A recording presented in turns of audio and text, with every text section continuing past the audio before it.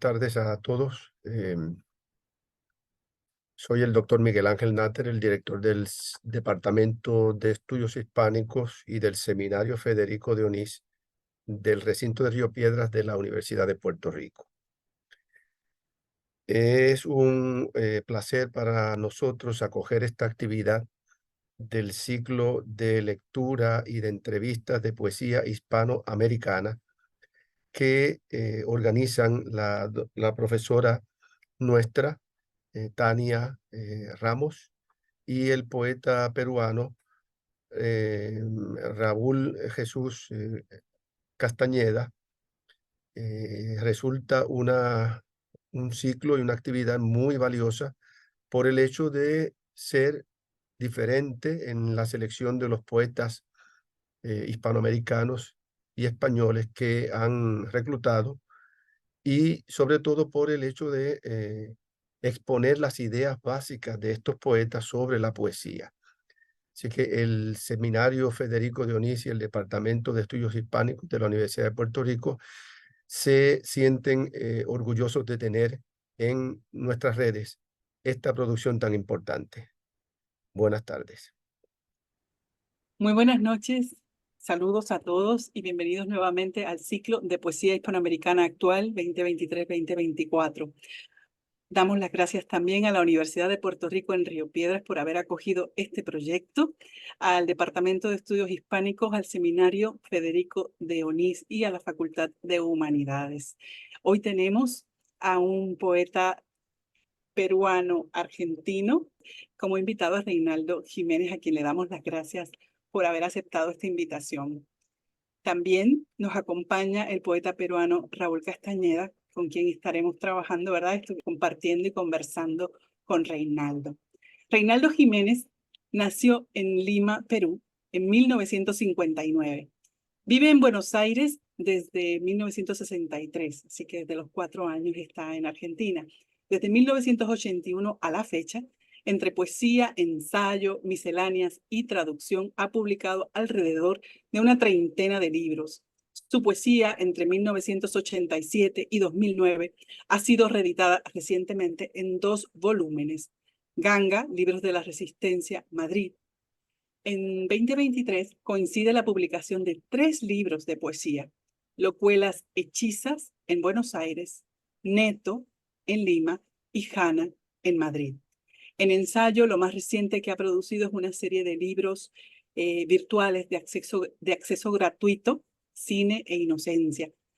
Ha traducido, entre otras, obras de Haroldo de Campos, Paulo Leminski, Susandrade, Jorge de Lima, José Liviana Baptista, Arnaldo Antúnez, César Moro y Francis Picabia.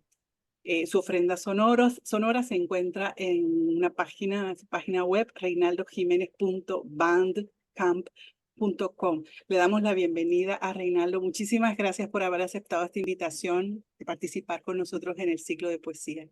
Bueno, hola, gracias. Yo también muy contento de estar acá con ustedes. Vale, vamos a empezar pidiéndote que nos cuentes de esos primeros acercamientos con la poesía o la literatura, la importancia, por ejemplo, de Javier Sologuren, primo de tu padre, quien era pintor, la mítica escena de Allen Ginsberg dándote de comer cuando niño en un almuerzo familiar, las conversaciones con Blanca Varela, Emilio Westphalen, Alejandro Romualdo, el contacto epistolar con José Coser, Octavio Armán. Cuéntanos un poco sobre esa parte de tu vida. Dale, bueno, es una parte extensa, igual, porque eso que contás son muchos años y momentos distintos. El contacto con Javier, bueno, mi padre y Javier eran primos, o sea, Javier era mi tío segundo, o sea, mi padre es Jiménez Sologuren, y ellos eran vecinos cuando yo era bebé ahí en Los Ángeles, cerca de Chosica, que es otro lugar, no me sale el nombre ahora, pero un poquito más ahí de la sierra, ¿no? y, y éramos vecinos, bueno, yo era un bebé, y ahí fue que también vivía Mirko Lauer, parece que era un adolescente en ese momento, un niño prácticamente. También era vecino, había una serie de gente. También estuvo Arguedas en una época por ahí, no en esa época en que estuvieron mis papás conmigo, pero también vivió ahí. Lo que había sido un hotel, que eran como casas en realidad, Los Ángeles, se llamaba el lugar. Chaclacayo, ahí está, me vino el nombre. Así se llama el lugar, seguramente Raúl tiene Sí, una referencia concreta, sí. Bueno, y ahí es que se dio esa anécdota con Ginsberg, sí, parece que fue como... Nosotros con mi papá siempre teníamos ese chiste, ¿no? Mi papá también falleció hace 3 años y me acuerdo mucho de todas esas risas que teníamos juntos, ¿no? Y una era esta anécdota que era una especie de, como no sé, de iniciación, así que... Porque yo era un bebé y lloraba, lloraba, ellos querían conversar, estaba Ginsberg en la casa almorzando y estaba Javier con su señora, qué sé yo, y mis papás. Imagínense Javier muy joven también, ¿no? Nosotros tenemos las fotos de Javier Sologuren mayor, ¿no? Pero Javier muy joven, ¿no? También ahí. Un poco mayor que mi padre, pero de 20 y pico de años ambos, ¿no? Y bueno, y Ginsberg, que ya era un poeta famoso, y que se vino a la casa y yo lloraba y no me dejaba conversar, y parece que él me sentó y me dio de comer y siguieron conversando sin ningún problema. Entonces mi papá tenía esta broma de que, bueno, ahí te inició en la poesía, no sé. Obviamente yo lo sé porque ellos me lo contaron, yo no recuerdo para nada. Al punto tal que un libro que se llama Ello Inseguro, iba a decir Ello Dispara porque me acordaba de lo de Herriel, del arte zen del tiro con arco, que dice Ello Dispara, ¿no? Bueno, me acordaba, pero no, el libro, esto no es Ello Dispara, esto es Ello Inseguro, y hay una tapita que es una pintura de mi papá con un collage recreando esa escena, digamos, precisamente, con Ginsberg y con Javier. Y es cierto que Ginsberg fue un personaje muy interesante siempre, ¿no? Siempre fue como un gran agitador, así. Uno lo encuentra en los años 50 en la movida, en los años 60 en la movida, en los años 70 en la movida, y así hasta que murió, ¿no? Y siempre está generando estos eventos de poesía, música, en fin, todo tipo de cosas, con Bob Dylan, ¿no?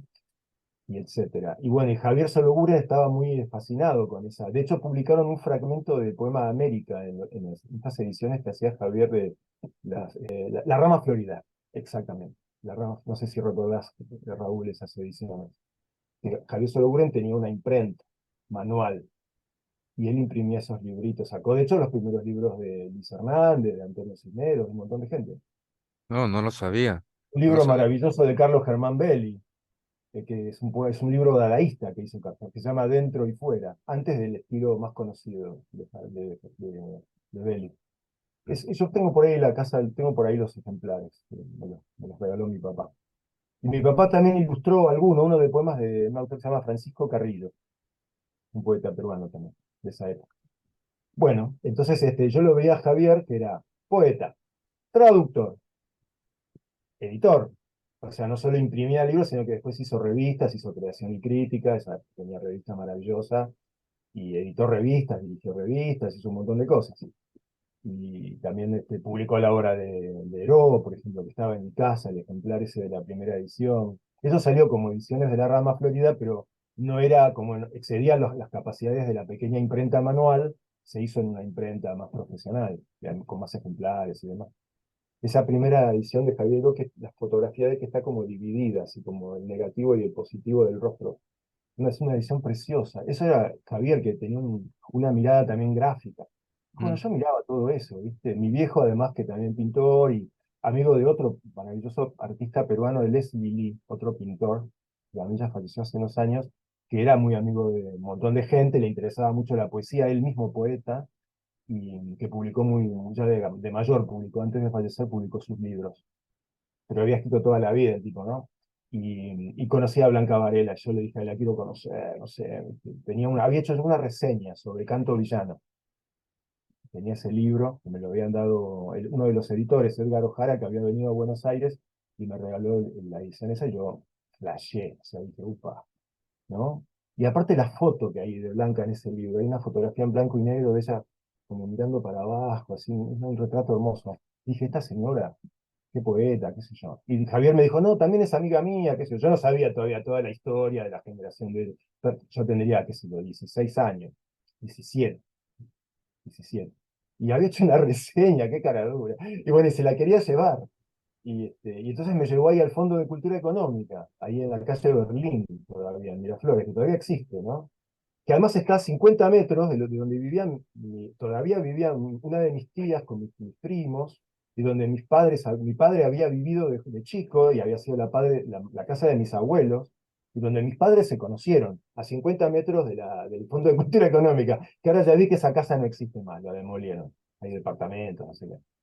Pero entonces, bueno, así fue como la conocí a Blanca, y Blanca inmediatamente me tomó de mascota, por decirlo así un poco, ¿no?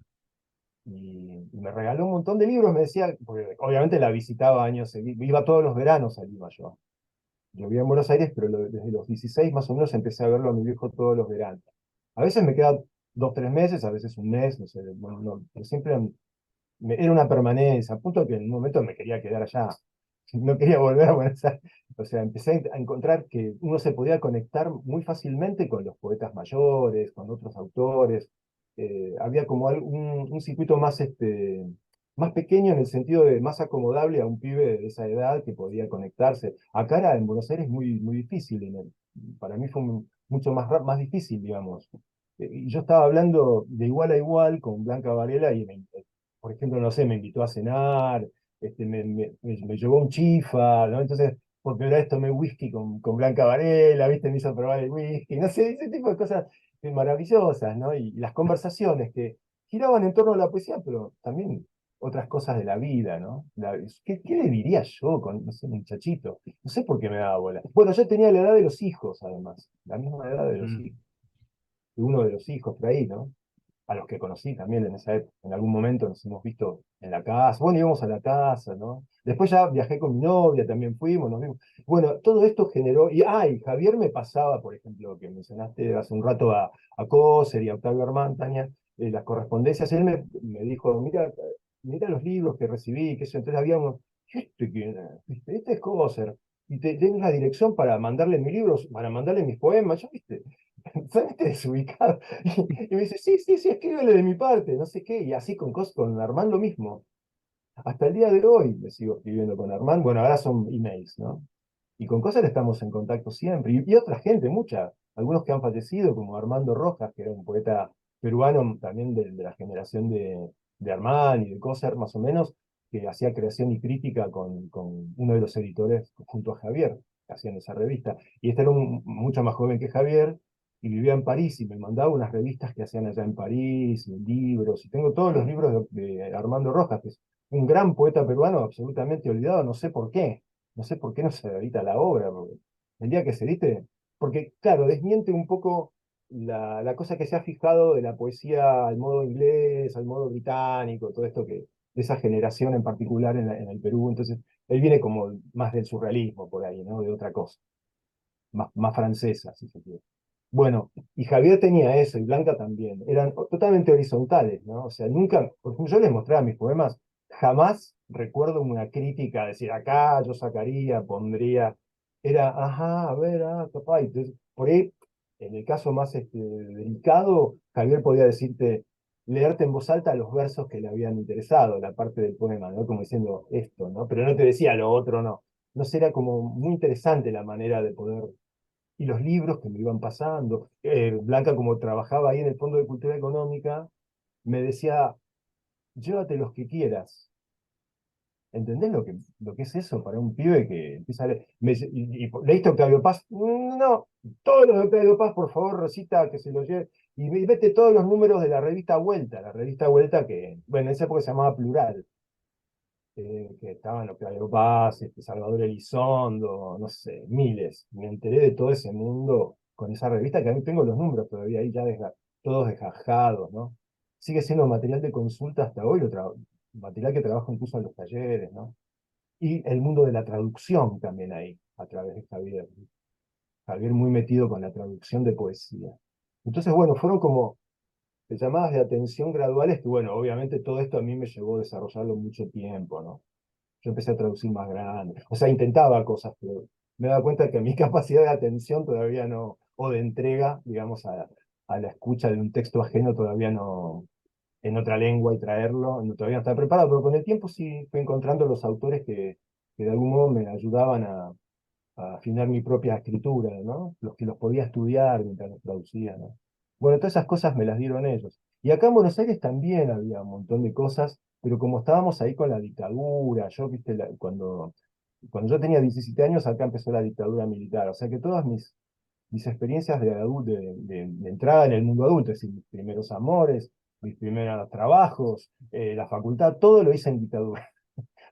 Y eso fue muy traumático, muy traumático. A mí me paraba la policía prácticamente todos los días, o sea, es una cosa insoportable. A todos los jóvenes, digamos, ¿no?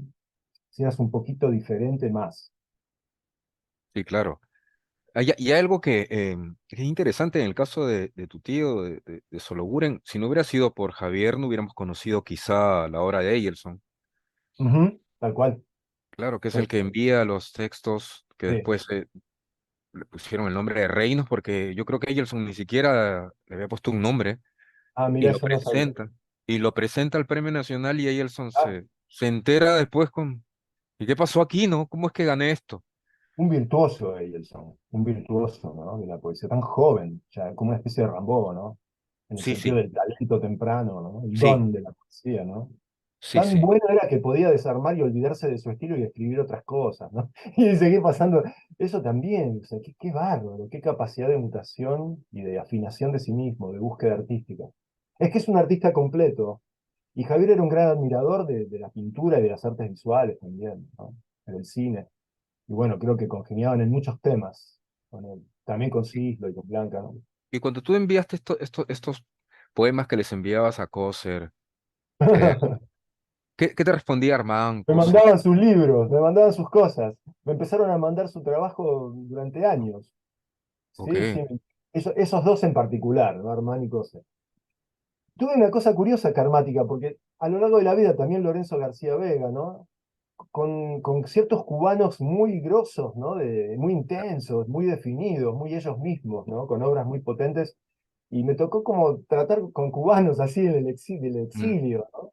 Y no sé, curioso, es decir, editar sus obras, algunas de sus obras, y qué sé yo, ¿viste? Ser editor de algunas de sus cosas. O sea, vínculos interesantes y muy ricos, ¿no? Pero García Y Vega además ellos es un también, poeta enorme. Es un ¿quién, poeta quién? enorme, García Vega. García Vega, sí. Ya trasciende las categorías de género, ¿viste? De género literario. Parece que sí, ¿no? Que es como una escritura que es como vida, escritura, no sé cómo decirlo, aliento, ¿no? Ya no hay una preocupación por el estilo, ¿viste? Es como el impacto de una presencia, de una impregnación, ¿no? Mm. Cuando, justo que Tania te mencionaba Wefalen y tú en una entrevista lo defines como silencioso, recuerdo cuando le preguntamos también o él lo contó sin que nosotros le preguntáramos, uy, ¿cómo se me acaba de ir el nombre? Roger, A Roger Sí. Santibáñez, Ah, sí, Roger. lo visitaba Wefalen, se sentaba y Wefalen ni una palabra. No hablaba, no hablaba. Y le Yo, entregaba solo revistas y sí, textos para leer. exacto. Yo las veces que fui a su casa, me dijo, siéntese nomás, siéntese, me ofreció algo para tomar, un café, no me acuerdo, un té o algo, y me empezó a traer libros de pintura surrealista, pero unos tomones, no sé, de distintos autores, de Ujú. distintos países, yo qué sé. Mire, mire, mire, mire. Y me quédese todo el tiempo que quiera. Y el tipo se quedó ahí sentado mirando por otro lado, no sé, leyendo algo, no me acuerdo. Así como hagamos biblioteca, ¿no? Sí, interesante. Y para mí, la vez que fui a la casa, que fue que me quedé más tiempo, esa vez de los libros, para mí era como ver al sabio, o sea, era como ir al... Yo estaba muy nervioso antes de entrar, o sea, para mí era el tipo... Y sabía que no hablaba, ya me habían dicho, mirá que no va a decir nada, tipo Beckett, ¿no? Son los tipos que no hablan. Entonces, y sí, pero un maestro, maestro, se notaba su presencia, ¿no? Yo lo admiro tanto, la verdad como también como poeta y como editor, ¿no? Editor de revistas, de las Si revistas no de me Revista equivoco, Autor. si no es que lanzo un disparate, pero él traduce a Moro también, ¿no? Ujú. Carta de amor, el poema ese Ujú, Carta de amor.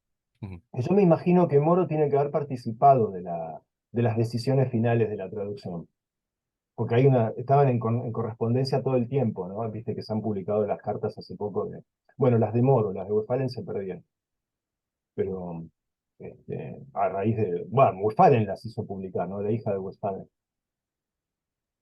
también hay por el Fondo de Cultura, pero yo pienso que tienen que haber participado. Es un ejemplo, Letra de Amor, Carta de Amor, traducida por Westphalen, para mí es un ejemplo de la traducción que no le puedes cambiar nada, que no hace falta volver a traducir ese poema. Un poco como la traducción de Rodolfo Wilcock, acá, de los 4 cuartetos de Eliot, y vos lo lees y decís, no, es impecable, ¿cómo hizo? ¿Cómo hizo? Y comparás, decís, recuperó las sonoridades, la cadencia en otra lengua, y suena transparente, o sea, es impresionante. Escuchás la voz del autor, y lo mismo pasa con ese poema, lo comparás con la versión, con el original, digamos, de Moro en francés, pongámosle comillas al francés de Moro también, ¿no? Creo. Es interesante eso es para pensarlo, en relación a la lengua poética, ¿no? Bueno, una lengua poética que muta mestizamente hacia un francés, ¿no? Podríamos decir, pero pensado desde un español limeño. Yo cuando traduje los poemas de Moro sentía que estaba como trayéndolos a veces en algunos lugares, como unos guiños donde él ponía una palabra que si la traías al español o al castellano, era como una especie de broma, de autobroma, es decir, como una frase hecha o algo que podría sonarnos entre nosotros en algún lugar, puede ser Lima o puede ser una Latinoamérica X inventada, digamos, utópica, pero donde en francés suena una cosa y cuando lo traes al castellano suena otra, digamos. Es como una ironía eso que está haciendo, o una autoironía. No es una versión de un francés súper seguro de sí mismo. Es como si estuviese pensado en español y él mismo se tradujera. Ah, ok. ¿Entendés? En muchos lugares sentí eso, ¿viste? Como, fue muy interesante traducir esos poemas de Moro, que son obviamente los que no estaban traducidos, o por lo menos de los que no había versiones así muy, en general no estaban traducidos, que salieron recientemente, en el 2005 recién se publicaron.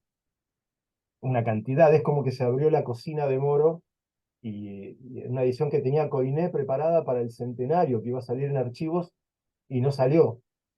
Y finalmente salió en una edición que tiene tapa de archivos, pero en una editorial de acá de Córdoba, Argentina. Entonces está como la versión de la tapa, pero adentro es otra edición, y es lo que dejó Coiné póstumo, ¿no? Y ahí está, décadas, digamos, o zonas temporarias, digamos, de la experiencia de Moro, con, por ejemplo, varias versiones de un mismo poema. Es fascinante, como si asistieras a la cocina. Y todas se sostienen, no es que alguna es un borrador de la otra, son mutaciones de una especie de magma, ¿no? En el que tipo estaba, ¿no? Como si uno captara de golpe algo que... Y su impronta de escritura en francés me parece que va por ahí, en esa cocina, en esa especie de... También donde está la pintura, ¿no? El impulso plástico, la danza también, el baile, ¿no? Porque no se olviden que Moro cuando se va a París, lo que quería era ser bailarín, quería estudiar baile, quería estudiar ballet. Y bueno, eso no lo logró, pero sí daba clases de tango en un local nocturno donde cantaba Lina de Silva, cantaba tangos, su prima, digamos, ¿no? La prima de Moro, que estaba casada con este otro de Silva, Alfonso de Silva, que era el amigo de Vallejo también, que hay un poema que dice, estabas mirándome, Alfonso, de que era músico, compositor y poeta, y el vestido de gaucho, y Alina cantaba, si se puede googlear, yo encontré algunas grabaciones de discos de pasta de Alina da Silva cantando tangos en YouTube. Y bueno, y entonces parece que bailaba, era como una especie de personaje que bailaba en el boliche, ¿no? Uno de sus tantos trabajos, Moro. Entonces, bueno, esa cosa de una lengua impregnada de varios lenguajes, o de varias actitudes, o de varios caminos, o de varias vías de expresión, ¿no? Que, bueno, desembocan en la palabra, entre las cuales cuento la traducción también, ¿no? Como un gesto artístico, ¿no? No meramente técnico, ¿no? Sino esa cosa de la autoralidad. Digo, en el sentido de que de algún modo Moro también se está traduciendo cuando escribe en francés. O sea, se nota que no es una lengua materna. Y eso está muy bueno. Los franceses, de hecho, no lo casan mucho como poeta francés. No lo reconocen en Francia, hasta Yo hoy. estaba leyendo otra de las entrevistas que te hicieron, y mencionas tú un poeta, no recuerdo el nombre ahorita, pero que tú conectaste con él, le mostraste tus textos, Ah, sí, sí. y él después te dice, no, pero esto es escritura automática, te dice. Sí, sí, sí. Y bueno, Y es un gran poeta argentino, un sí, poeta sí, sí lo argentino estuve maravilloso, leyendo, Edgar Bailey, sí. el Y tú, creador del invencionismo. uno de los creadores del dimensionismo, que siguen un poco la línea de Huidobro acá. Una Sí, poesía yo que... justo estaba leyéndole a Tani alguno de esos poemas, y lo que vos risa es que tú no sabías cómo decirle que ese era Sí, sí, no sí, sé, sí, es verdad, es verdad, es verdad. era la Me versión pasaron dos 30 o cosas. 40 del poema, ¿no? Sí, me pasó varias veces, varias cosas con él, con Edgar. Bueno, yo era también un joven imprudente, como les comenté recién, y conseguí el teléfono de Edgar. Yo lo leía, tenía la obra poética editada por Corregidor. Él tiene un poema, que es el poema central, digamos, es el que figura en todas las antologías, digamos, que termina diciendo, nunca terminará, es infinita esta riqueza abandonada. Ujú, Nunca terminará, es infinita esta riqueza abandonada, ¿no? Y eso para mí es como un lema, o sea, yo que me quedó para siempre eso, un lema en la vida, ¿no? Uy, esa frase, ¿viste? Me vuelve, ¿no? Como, porque que sea abandonada, ¿viste? Porque bueno, podía decir, nunca terminará, es infinita esta riqueza, pero él dice abandonada, ¿no? Con lo cual también desmorona todas esas categorías que había cuando yo empezaba a publicar en esta época, perdón, a escribir, que lo conecto a Edgar, y yo lo leía a Edgar y dice, no, porque todos decían, no, el adjetivo, cuidado con los adjetivos, la buena literatura. No sé. Y yo decía, no, pero los poetas tienen, y yo decía, claro, abandonada, claro, cuando no se pegajosea con el sustantivo, sino que genera una apertura semántica, un estallido, como una pequeña iluminación, ujú, vale, bueno, este lo hacía magistralmente, ese es un ejemplo, ¿no? Porque si ujú, dijera, nunca terminará, es infinita esta riqueza inmensa, o no sé, o esta riqueza bellísima, sonamos, pero ujú, dice abandonada, y ahí es como que abre un enigma enorme, ujú, ¿no? Acerca de lo que acaba de decir, ¿no? Lo deja en la pluralidad bueno, en ese sentido. Bueno, pero Edgar, yo no tenía teléfono en mi casa en esa época en Buenos Aires prácticamente, era muy poca la gente que tenía teléfono en su casa.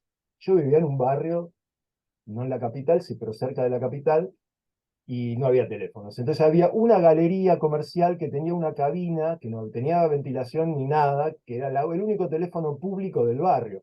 Entonces yo me iba tipo a las 3 de la tarde, que no había nadie, y metía mis moneditas y hacía mis llamados, ¿no? En la cabina esa que transpiraba. Y bueno, lo llamo a Edgar y, pum, pum, pum, pum, pum, y me dice, bueno, véngase nomás, nos vemos en el bar tal, frente al Congreso. Él trabajaba en la biblioteca de la Caja de Ahorro, junto con Raúl Gustavo Aguirre, eran los bibliotecarios. Los dos fueron los editores de la revista Poesía Buenos Aires, que duró 10 años, del 50 al 60, y fue la primera que publicó montones de cosas acá, de traducciones sobre todo. Poesía francesa, Dylan Thomas, cosas que no se conocían acá en ese momento. En los años 50, ¿no? Y bueno, los dos trabajaban en la biblioteca. Bueno, fuimos al bar, qué sé yo, llevé mi carpetita toda prolijita con mis poemas, ¿no? Y Edgar los agarra y me dice, usted lo primero que tiene que hacer es cambiarse el nombre. ¿Por qué? ¿Por qué? Porque ya hay un poeta, y es ecuatoriano, se llama Reinaldo Jiménez, y publicó en la revista Escandalar. Le digo, no, pero ese soy yo. No, ¿usted qué? Vamos, ¿qué me quiere engrupir? O sea, no me creía que yo era el que, porque Javier me había publicado unos poemas en la revista que hacía Armando, ¿no? Que se llamó Escandalar, que para mí, ese, con la Valen y esta que le decía Plural, son mis referencias de revistas de literatura y de escritura, ¿no? Las revistas de consulta para siempre. Y esa era una. Así que bueno, ahí también me habían publicado ahí, yo tenía 19 años, estaba como, ¡ah! ¿Viste? Me había sacado unos poemas en esa revista de lujo. Y después la otra fue eso, que bueno, dice, veámonos dentro de una semana. Y le comento. Entonces a la semana siguiente veo que Edgar no tenía nada en la mano y le dijo, uy, perdió la carpeta, ¿no? Y lo primero que pensé, la tiró a la basura. Entonces el tipo saca del sobre todo, saca la carpeta toda doblada, así la había doblado, lo pone todo arrugado, la tira en la mesa. Y me dice, esto que vos recordabas, Raúl, va a tener que empezar a trabajar porque esto es automatismo, estos son imágenes automáticas. Y yo le decía, claro, claro, y no podía decirle, pero no, si esto es la versión número 30 ponele, no sé, jamás te hubiera traído una improvisación, ¿no? Ahora me animo más a improvisar, pero en esa época no, porque en realidad estaba muy inseguro de mis posibilidades, de mis técnicas, o cómo llamarlas, no sé, de pero cómo tú, digamos que ante ese comentario, tú lo me asumes ofendí. bien, pero tú lo No, me asumes bien. ofendí. Pero no, en el Ah, momento sí. me ofendí. Ah, sí. Pero no le dije nada, no le dije nada. De hecho, no le hablé durante, porque después nos cruzábamos. en montones de eventos. Yo empecé a circular y él estaba. Eso era muy lindo de esa época, porque gente como él, o Francisco Madariaga, o el propio Aguirre, si vos hacías una lectura, ellos venían, ¿viste? Y estaban con los jóvenes, y estaba buenísimo eso. Ahí en la dictadura, ¿no? Dime, tú mencionas otro donde te encuentras también una lectura y te dice, ah, Jiménez, estamos esperando que usted haga un buen poema, algo Eso así. es él, es el mismo, fue el mismo. No era, era después de una lectura, había esas mesas, ¿no? Entonces había Claro. una mesa larguísima, no sé, como 50 personas, no sé, 50 30 no sé cuántos serían. Y corría mucho el vino, ¿no? Entonces, Mm, yo veo a Baile que está en la cabecera y yo quedé en la cabecera. Y entonces en un momento no sé por qué se hizo un silencio, no sé, todo el mundo se cayó. Y en ese momento el tipo me mira y me dice, y Jiménez, ¿para cuándo va a escribir algo que valga la pena? O sea que yo todas esas veces que nos cruzábamos pensaba que él no me quería saludar, o yo no entendía si yo era el que estaba ofendido y no lo saludaba. No sé, yo estaba enroscadísimo. Pero nos veíamos mucho, pero nunca nos hablamos. Y de golpe dije, bueno, no se acuerda de mí también, qué sé yo, cuándo lo irán a ver. Y no, y se acordaba perfectamente, o sea que estuvo bueno eso. Ahí, fue como un golpecito así como, viste, como la varillita para que no te duermas. Y me ujú. gustó. Con el tiempo lo voy valorando más. Es un personaje maravilloso, maravilloso, un poeta enorme. Y gran un pensador de la poesía. Tiene unos ensayos muy buenos. Y gran traductor también. Estos textos maravillosos. Pero, o sea, yo me refiero a que lo tomaste bien porque ahora eso Con no el tiempo. sucede. Hay muchos poetas que yo conozco que tienen mucho temor. Inclusive en una entrevista Montalbetti lo señala, ¿no? Si alguien le enseñara un poema, un poeta joven, y este le dijera algo, una pequeña crítica, algo, sería muy ofensivo. Ahora es como una generación que no la puedes ni tocar Vos con... decís, pero vos decís a los más jóvenes o al revés. No entendí ahí. Y no, los más jóvenes. Ah, sí, sí, No sí, sé, sí. porque ahora se publica mucho y Sí, se publica mucho y muchos de estos, uno se da cuenta por la poca, bueno, en mi caso la poca experiencia, pero me doy cuenta de que necesita quizá un poco más de rigor o trabajo.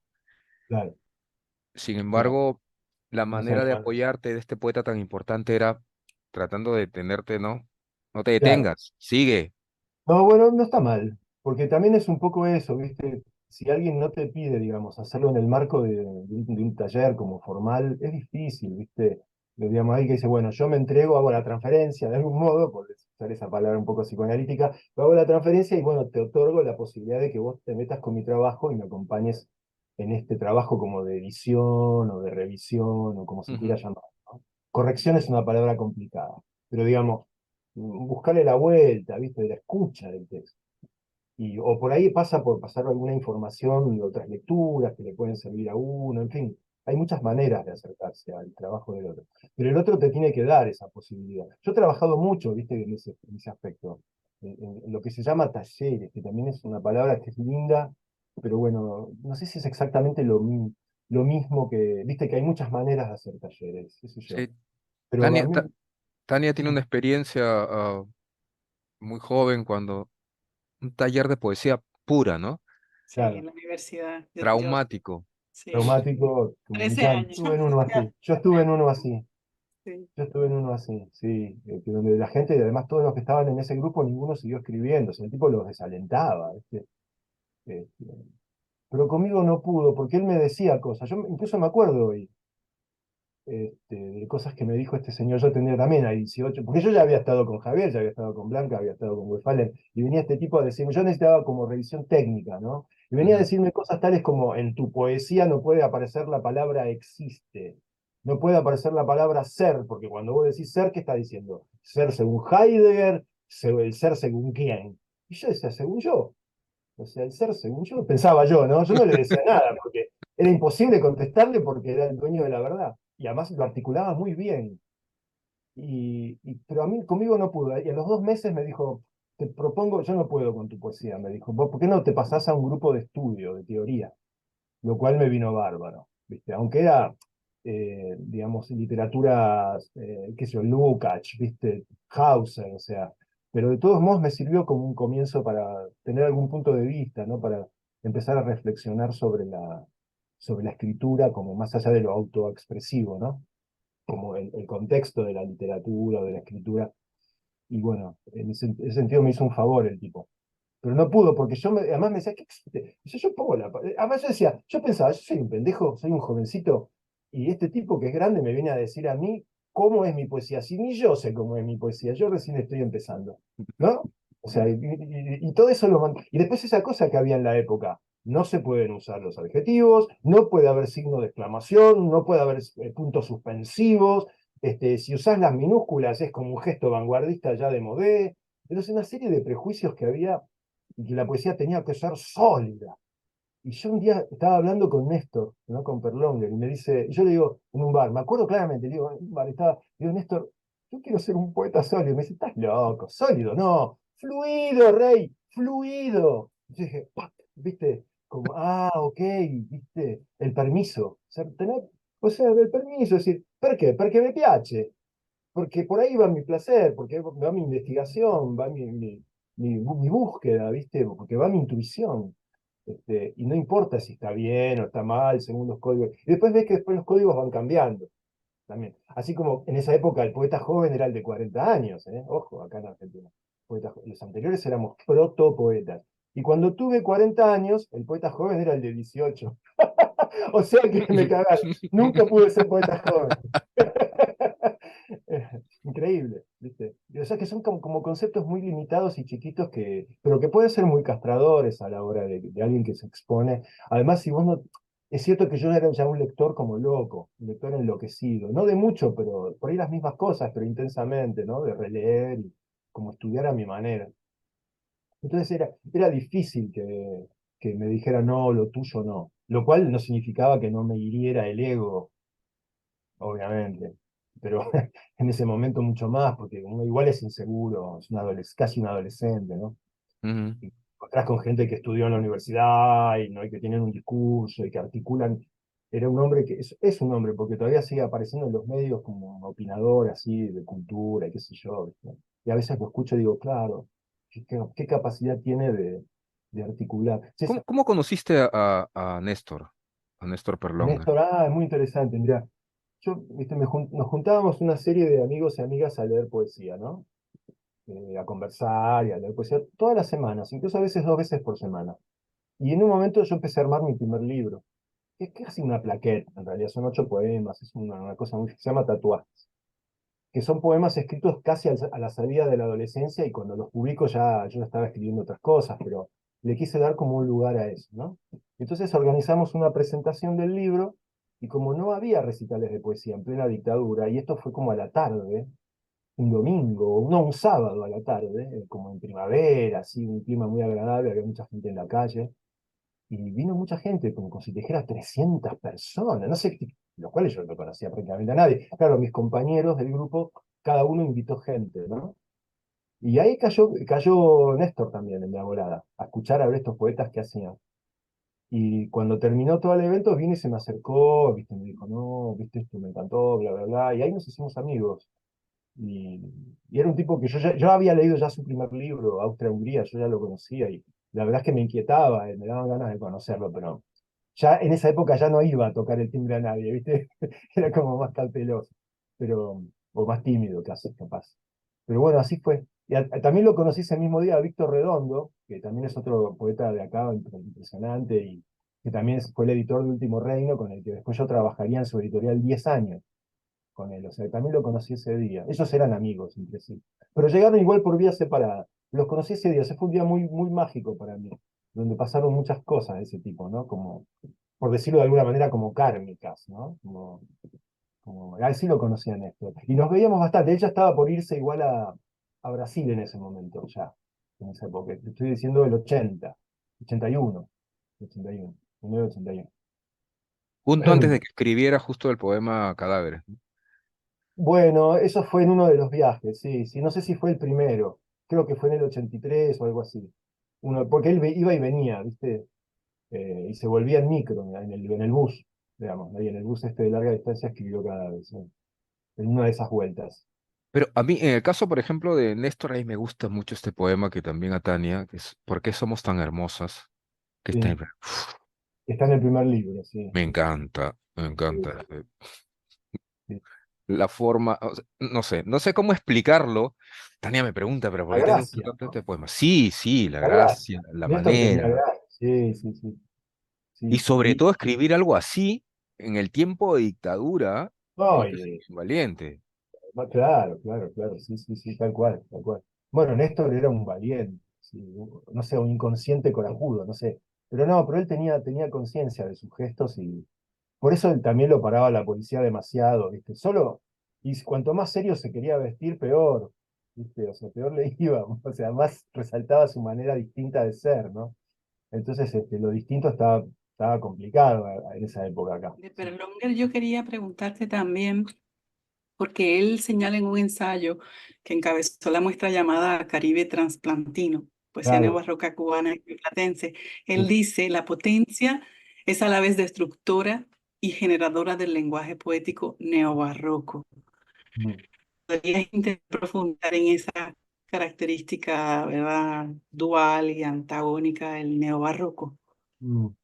Sí, bueno, hay una serie de textos y de declaraciones suyas en entrevistas acerca del tema del barroco y el neobarroco y el neobarroso, que sería como la... Hay un Claro. momento de una de las entrevistas, no recuerdo ahora exactamente cuál, este, que justamente me tocó también ser el editor de la compilación de todo ese material, ¿no? Póstumamente. Eso también fue una cosa, otro regalo que me dejó Néstor. Sí, o el destino, qué sé yo, no sé, pero estuvo buenísimo para recopilar esas entrevistas. Él dice en un momento, sí, neobarroco, nuevo verso, son cosas de las que se está hablando, está bueno hablar de esto. Ahora, de ahí hacer una mitología, son las cosas que la gente no escucha, ¿viste? Dice, dale, con el neobarroco, sí, está bien, el Ujú, neobarroco, pero él habló muchísimo del neobarroco, pero más que como de una escuela, en otro lugar también dice, ¿viste? El neobarroco no es, bueno, no exactamente, no recuerdo exactamente la frase, pero la idea sería, el neobarroco no tiene que ver con la imposición estilística. No es un estilo, no es una escuela. Es como una posibilidad de potenciar distintos estilos que se monten sobre otros estilos y, digamos, como una percepción de apertura, digamos, más que de cerrazón en una escolaridad. Que me parece que hoy, viste, se habla mucho del nuevo barroco como algo como cerrado, como algo que ya está ujú, definido no como como si fuera, viste, la utopía que ya llegaste, ¿no? Como, más bien la utopía como impulso, ¿no? Como si cuando llegaste se pudrió todo. O sea, viste, se consolidó la utopía, sonamos, viste, la utopía ujú, es ujú. un motor que se regenera y va mutando. No es que la utopía va de acá a allá. Eso no es la utopía, ¿no? Lo mismo con el neobarroco, de algún modo, ¿no? Forzando un poquito los términos, pero no tanto. Es decir, no es que hay una intención programática impuesta sobre la escritura, sino que hay como una búsqueda de ver qué está diciendo este oído, este escuchar, este ronroneo, dice mucho Néstor, este susurro, ¿no? Por ejemplo, le dicen el erotismo, el deseo, pero dice, bueno, yo preferiría la sensualidad, pero no hablar de hacer el amor, digamos que el poema haga el amor, es decir, el poema sea ronroneos, susurros, movimientos, ¿no? Como un poco lo de Vallejo, mirá, cuando él dice, no el avión, el sentimiento aviónico, la percepción aviónica, no hablar del avión, el fetiche del avión, ¿no? Lo pongo ahí, entonces ya soy moderno, puse el avión, sino lo que pasa con la emoción a partir de una experiencia, digamos, consustanciada con lo real, ¿no? Y cómo eso deriva en una escritura. En ese sentido, un neobarroco, digamos, que implica también, como dice Néstor, un realismo alucinante, ¿no? Lo relaciona con Reinaldo Arenas, ¿no? El realismo alucinante, que no es el realismo maravilloso, sino es lo alucinante, es decir, lo alucinante en el sentido de alucinar el lenguaje, tomar el lenguaje como una sustancia alucinógena o alucinante, como tomar la experiencia cotidiana como igual. Pero entonces ya no es la alucinación del hecho de estar afuera, sino una incorporatividad yo diría, pero esto ya corre cuenta mía total, de los pequeños milagros, digamos, de la experiencia, de las pequeñas, digamos, todas esas percepciones que van más allá de la autofijación y de lo programático, del comportamiento asignado, ¿no? Hay algo de lo comportamental que se le asigna a los signos también, que es muy complicado. ¿Viste? Una cosa que dice Néstor, por ejemplo, donde dice, hay un orden establecido. Ese orden se ampara, se fija discursivamente. esa fijación discursiva implica una sintaxis. Y eso es un orden de las sílabas. ¿Qué pasa si desmontamos el orden de las sílabas? Y en vez de decir empezamos a cantar, ¿no? Recuperar el canto, que es como una encantación. Y eso él lo monta además con el tema del trance o del éxtasis, ¿no? Alegando que la poesía todavía sigue siendo un trance leve, ¿no? En ciertos lugares de la poesía se produce un trance, aunque sea un trance leve, pero es que tiene que ver con el salir de sí. Uno de golpe está entregado a unas imágenes, a unas percepciones, a unas sensaciones, a un sentimiento del lenguaje o de la palabra, ¿no? Y bueno, lo agarro por ese lado, ¿viste? ¿Qué diría hoy el tipo, ¿no? Tantos años después, sobre el neobarroco. Yo creo que hubiera seguido evolucionando su pensamiento. Es impresionante, incluso Néstor como ensayista, ¿no? Es un gran ensayista, un gran ensayista. Son pocos los lugares donde trabaja la poesía específicamente, pero esos lugares aparecen más por ahí. Hay algunos ensayos específicamente como Poesía y Éxtasis, ¿no?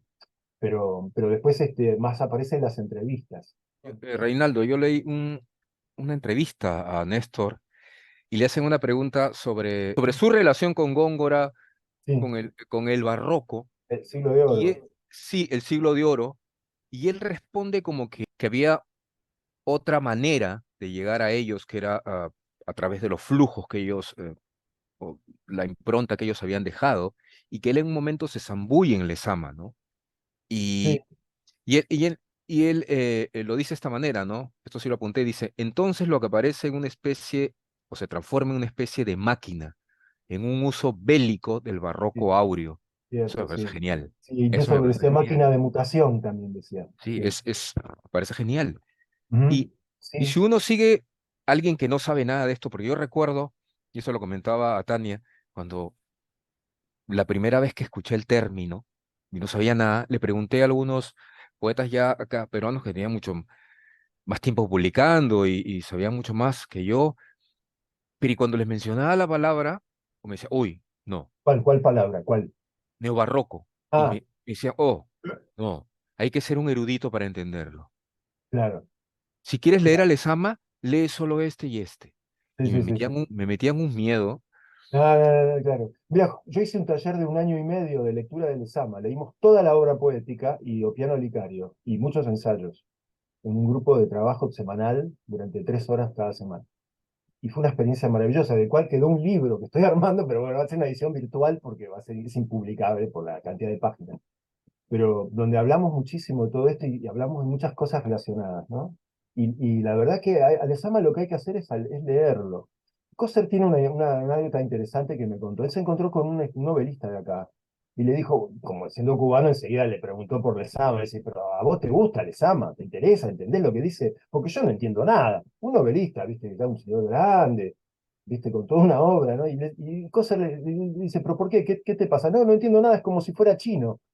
Entonces la respuesta de Coser fue, bueno, pero el chino es una lengua que se puede aprender.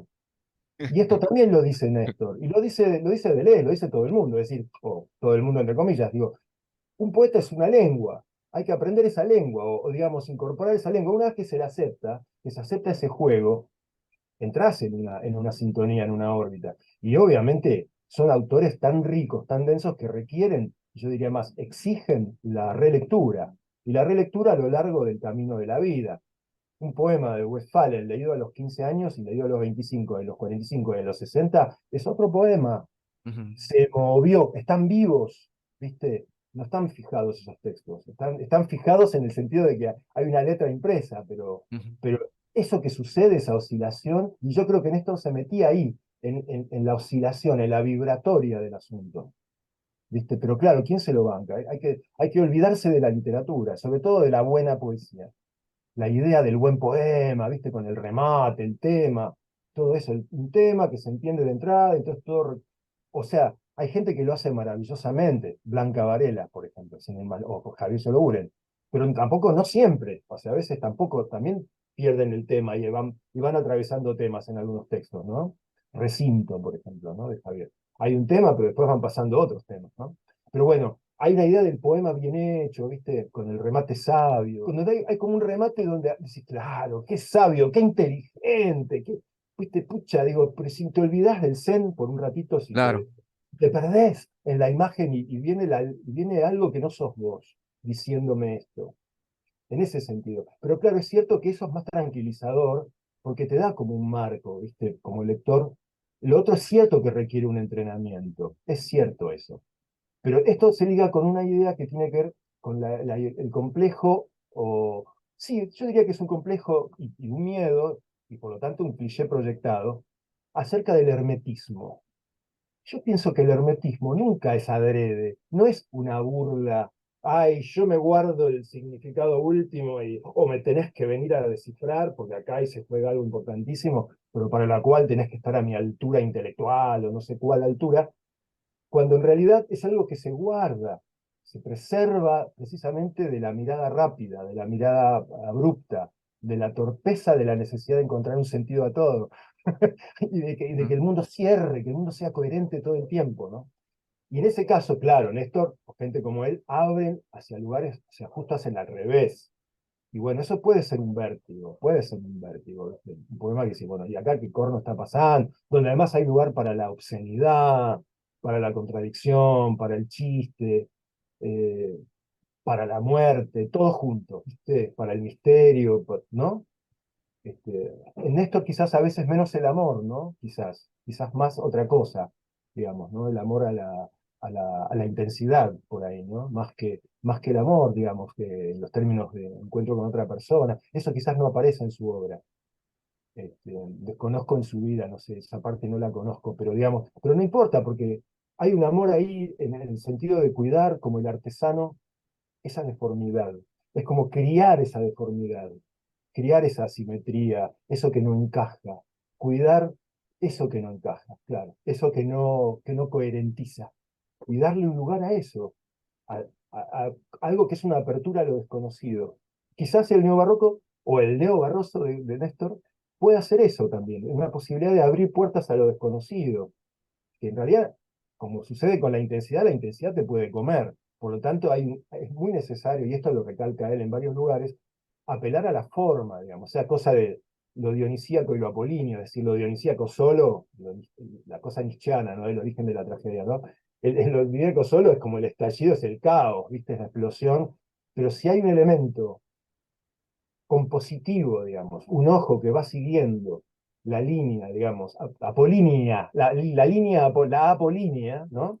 Que va como corroborando la posibilidad de imantar esas dispersiones en un ritmo, en una respiratoria, genera una cosa mántrica, que es, y acá desembocamos en otra cosa, y es que es el temor también a lo sagrado, pero no lo sagrado digerido por la religión y el dogma y el discurso, sino lo sagrado luminoso, o lo sagrado abismal, o lo sagrado incógnito, lo sagrado pagano, Pan en el bosque, digamos, ¿no? Los dioses griegos, Kali, o sea, Yemanjá, ¿no? Es decir, todo eso otro, vudú, ¿no? Religiones amazónicas. Entonces, la intuición de este poeta, como tratando de conectar algo que no es meramente occidental, quizás, es decir, en el sentido de ese racionalismo cliché que venimos llevando impreso también en la sintaxis. No sé si. No, sí, nunca mejor explicado, nunca No mejor sé si explicado. Y, y, y bueno, así no lo hubiera leído, sí. pero yo antes de leerlo, yo decía, pero Reinaldo tiene que haber leído a Krishnamurti. Claro, sí, sí, sí, sí. Mi papá me pasó ese libro, esos Sí, libros.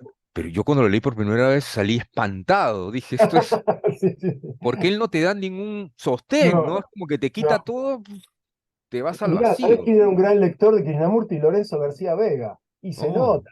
El taller del desmontaje se llama uno de sus libros, ¿no? El taller del desmontaje, no del montaje. Del desmontaje, es desmontar. Krishnamurti hace eso. Desmonta, desmonta, desmonta la sí, certeza, ¿no? Y al final te deja sin nada. sí, exacto. Pero ese nada es como incorporante, no sé, es como después de un rato, ¿no? Claro, uno va viendo todo el tiempo que tropieza, tropieza, tropieza. Sí, mi viejo me pasó ese libro. La libertad primera y última, se llama. Sí, Es una sí. conversación de. Ese es el primero que leí de Krishnamurti. Después tiene unos diarios maravillosos, porque en general los libros de Krishnamurti son diálogos con gente que le hace preguntas y están las Eh, descripciones. Pero en este caso hay dos tomos de diario, por lo menos yo conozco dos, donde él escribe percepciones, y eso es muy bello. Lo recomiendo ese libro, muy lindo, de una belleza así impresionante. Siempre es como la visita de aquello, ¿no? Llegó lo otro, llegó de golpe Sí. Y en yo cualquier veo, momento. aunque él, bueno, de las religiones organizadas reniega, Ah, y aparte lo habían elegido en sí, reencarnación de Cristo. claro, y Sí, él los mandó, pero sí, la teosofía, todo eso, ¿no? sí, claro. Pero veo muchas, o sea, si bien está en contra de la religión organizada, pero era un entendido del budismo, del Sí, hinduismo sí, y el taoísmo, por ejemplo, que habla sí, sí, sí. de la vacuidad, y por un occidental criado bajo la religión cristiana y tú le hablas de la vacuidad del vacío y se aterra, le da una Sí. crisis de Y ansiedad. por eso también, también está esa mirada tan occidental en ese sentido, comillas, ¿no? Del barroco como el miedo al vacío. No, no estabas, no es que está todo lleno. O sea, hay un ritmo en eso que Mm. parece tan lleno. O sea, viste, pero no llenan todo porque hay un horror al vacío, ¿no? No, no, es un vacío. Es un vacío por ritmo, ¿no? Por impregnación. ¿Saben quién era un lector que lo nombra? De Krishnamurti. Gamaliel Churata. Churata lo Ah. menciona en el P de Oro, a Krishnamurti en un momento. Entre tantas otras cosas que menciona, ¿no? Churata. Y después en varios poemas vanguardistas peruanos que estuve recopilando, porque ese es un proyecto también de recopilación de las poetas vanguardistas de los años 20 en Perú, aparecen también citados en algunos poemas, en un par de poemas por ahí, de otros autores. Antes de Trilce. No, no, después de Trilce, Ah, ok, después de Trilce. o paralelamente, digamos. Depende de los casos. Sí. Ok, ok, ¿Viste? súper Lo- interesante. sí, sí, ese paso que va de Valdelomar y compañía hacia las vanguardistas y después también se diluye un poco en otra especie de surrealismo, ¿no? Mm. Como una primera, sí, A mí, hay por puntos, ejemplo, un poeta, mencionamos a Wefalen, mencionamos a Moro, uf, y para completar esa trilogía o tridente sí, está Adam. y sí, sí, sí, yo sabía que ibas con esa. Ya te tenía caladísimo. Sí, pero es que Sí, sí, vale, lo lees no, a Adán y te vuelves hay que loco. leerlo en voz alta, ¿viste? Eso también hice una experiencia con un grupo de lectura, de taller de lectura de poesía, leímos todo La mano desasida completo. Este libro que se fue como recopilando, ¿no? Que se me va el nombre ahora, Mejía Vaca, ¿no? Su amigo que lo fue recopilando y lo Mm. editó. No es un libro que él armó así, ¿no? Pero va por añadidura. Este diálogo con Machu Picchu, ¿no? Y lo lees en voz alta y vas entrando en un trance y te emociona. Y por ahí el tipo está diciendo algo terrible, ¿no? Y te agarra como una cosa, como, no sé, te va despertando centros de energía, ¿viste? Eh, Yo sí, sí, recuerdo por que supuesto. Tania me preguntaba y yo le decía, pero él vivía en el manicomio.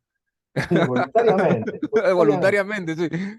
Claro, vivía muy bien ahí y después Claro, entraba y salía. de haberse embriagado, él lo ponía Después muy salía, tenía bien. otra época alcohólica, después volvía al manicomio, sí. De Este, rancio. Octavio, Octavio Armand, en un momento dado, no sé si fue en un taller contigo que yo escuché o también lo trajimos en la entrevista que tenemos, y quiero decirle al público que mañana Reinaldo Jiménez va a también leer sus poemas, señaló que Lezama escribía con su respiración. Sí, Los signos no eran ortográficos, sino que eran signos sí, respiratorios.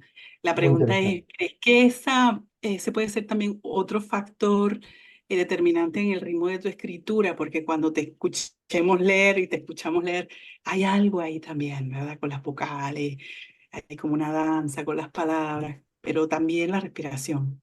Sí, es cierto. Sí, lo neumático, ¿no? Que dice Lezama. El neuma, ¿no? Neuma. Sí, sí, eso es como también, bueno, tiene que ver con el mundo alucinante, digamos, digamos, embarcarse en la respiración. Hay algo muy lindo que dice precisamente Allen Ginsberg, que también se cruza con Martín Adán, también hay un cruce ahí histórico, ¿no? Y muy importante para la trayectoria de la poesía peruana ese encuentro, o ese encontronazo, o desencuentro encuentro, ¿no? Adán Ginsberg. Dice Ginsberg sobre Bob Dylan en un momento, dice, en un documental que hizo Scorsese aparece una declaración, un maravilloso documental sobre Dylan que dura como 3 horas, no sé, maravilloso, véanlo si no lo vieron, porque, alguno que esté escuchando, véanlo. Porque ahí tenés un poeta también que trabaja con la respiración, ¿no? Eso es lo que señala, dice, ¿vieron los tempos, los momentos respiratorios de Dylan? cómo va diciendo las frases, cómo frasea, ¿no? Eso, ¿no? Y yo creo que eso es algo que tiene que ver con la posibilidad de una vuelta, algo anterior a la fijación en lo libresco. O sea, uno adora los libros, o sea, sabemos lo que significan los libros para nosotros, que somos lectores, pero digamos, hay algo de la poesía que es más primitivo también. Y gente como Adán o como Lezama y como el propio Néstor están recuperando esa posibilidad, ¿no? De que si vos lo lees en voz alta, te va a pasar algo ahí, ¿eh? Algo te va a pasar. Suavecito, ¿viste? Pero si te dejas, te vas olvidando de vos mismo, ¿viste? Va entrando la palabra. Y como no entra con discurso aleccionador y dogmático, sino que entra desde el punto de la belleza, ¿no? La belleza en todos sus contrastes, ¿no? La belleza terrible también, que decía Rilke, ¿no? Pero, pero digamos, es la belleza al fin, es decir, la percepción de estar vivos, ¿no? Mucho lo menciona Emerson a Rilke.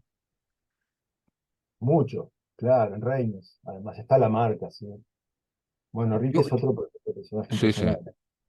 Yo recuerdo haberte preguntado, o no sé si en uno de por el chat, Sí, tú me dijiste que a ti la música hindú, la música india clásica que llaman ellos, y el Raga. uso del conacol, de Ah, de estos ritmos, de estas figuras rítmicas cantadas, estos microtonos, porque sí. un occidental escucha estos microtonos y suena, oye, está desafinando, no está No, claro, desafinando. claro, claro. No, no, no, es que esa es otra. Está bien la relación, muy buena la relación, porque tiene que ver precisamente con la voz, porque como no se escribe esa música clásica de la India, se Ujú. canta y se aprende de oído. Es decir, el tipo que está tocando el sitar, el maestro le hace taca, taca, taca, taca, y el tipo tiene Sí, que sí, tocar. exacto. Pero Sí, que se exacto.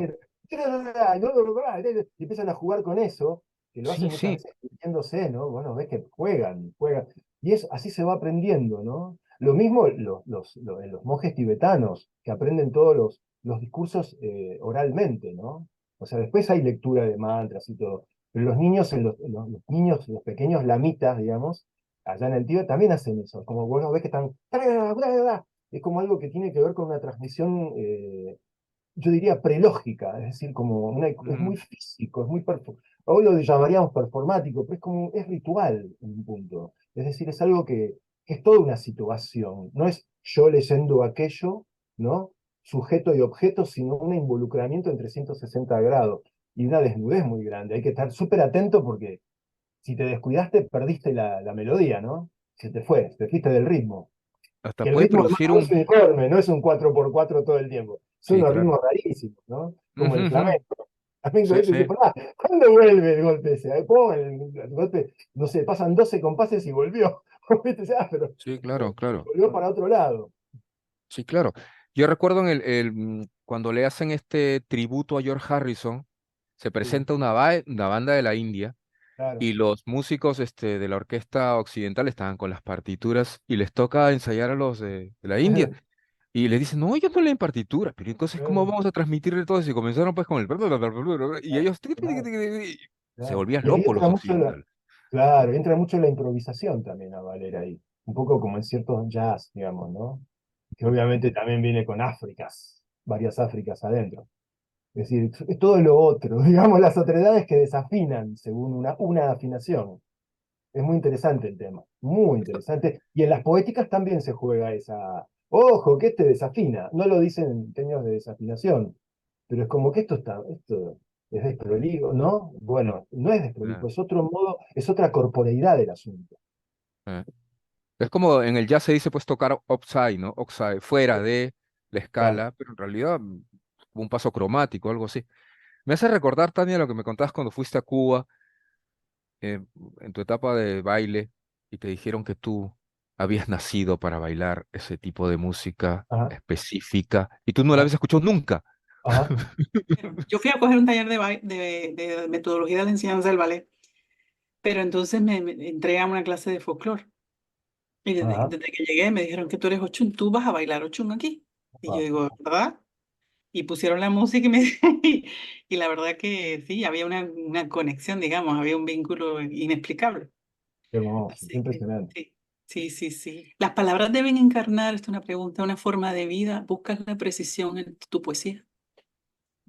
Sí, una precisión sí, pero viste que a veces la precisión es como abarcativa, o sea, a veces no es una síntesis, viste, a veces es como múltiple la precisión, como que para ser preciso hay que reunir varios caminos a la vez, viste, como por lo menos la impronta de una encrucijada, viste, no solamente algo exacto, puede ser algo anexacto también, muy preciso, ¿no? Algo que pero que es una precisión. En ese sentido, sí. Ahora, no sé, lo de la forma de vida es raro, qué sé yo, no sabría, porque todos somos distintos, ¿viste? No sé, yo no podría decir, Ahorita uno nos hace lo que mencionaste lo de puede. afuera, ahorita nos mencionaste la sensibilidad, ¿verdad? La sensibilidad a escuchar y a mirar lo que está Sí, cerca, la sí, naturaleza, sí, sí. La que es más receptividad, importante. Ujú. cultivar la sensibilidad, sí, viste que es lo que está tan en desprestigio hoy en día, ¿no? Como ser sensible es como ser medio blando, viste, medio tonto. Es que si emocionarse con algo, no sé. No digo lo sensiblero necesariamente, con lo cual yo también me emociono y lloro con un perrito, una película, esas cosas lloro también como cualquier gil de lechería, como decíamos acá de chicos. Pero sí, te puedes emocionar con cosas de lo más imprevistas, ¿no? Sobre todo con lo imprevisto. Y sobre todo con lo humano, ¿no? Con la humanidad. Es tan compleja la humanidad, ¿viste? Y ni hablar de lo no humano, es decir, todo lo vegetal y lo animal y elemental que hay alrededor, y mágico también, según la posibilidad de cada quien, ¿no?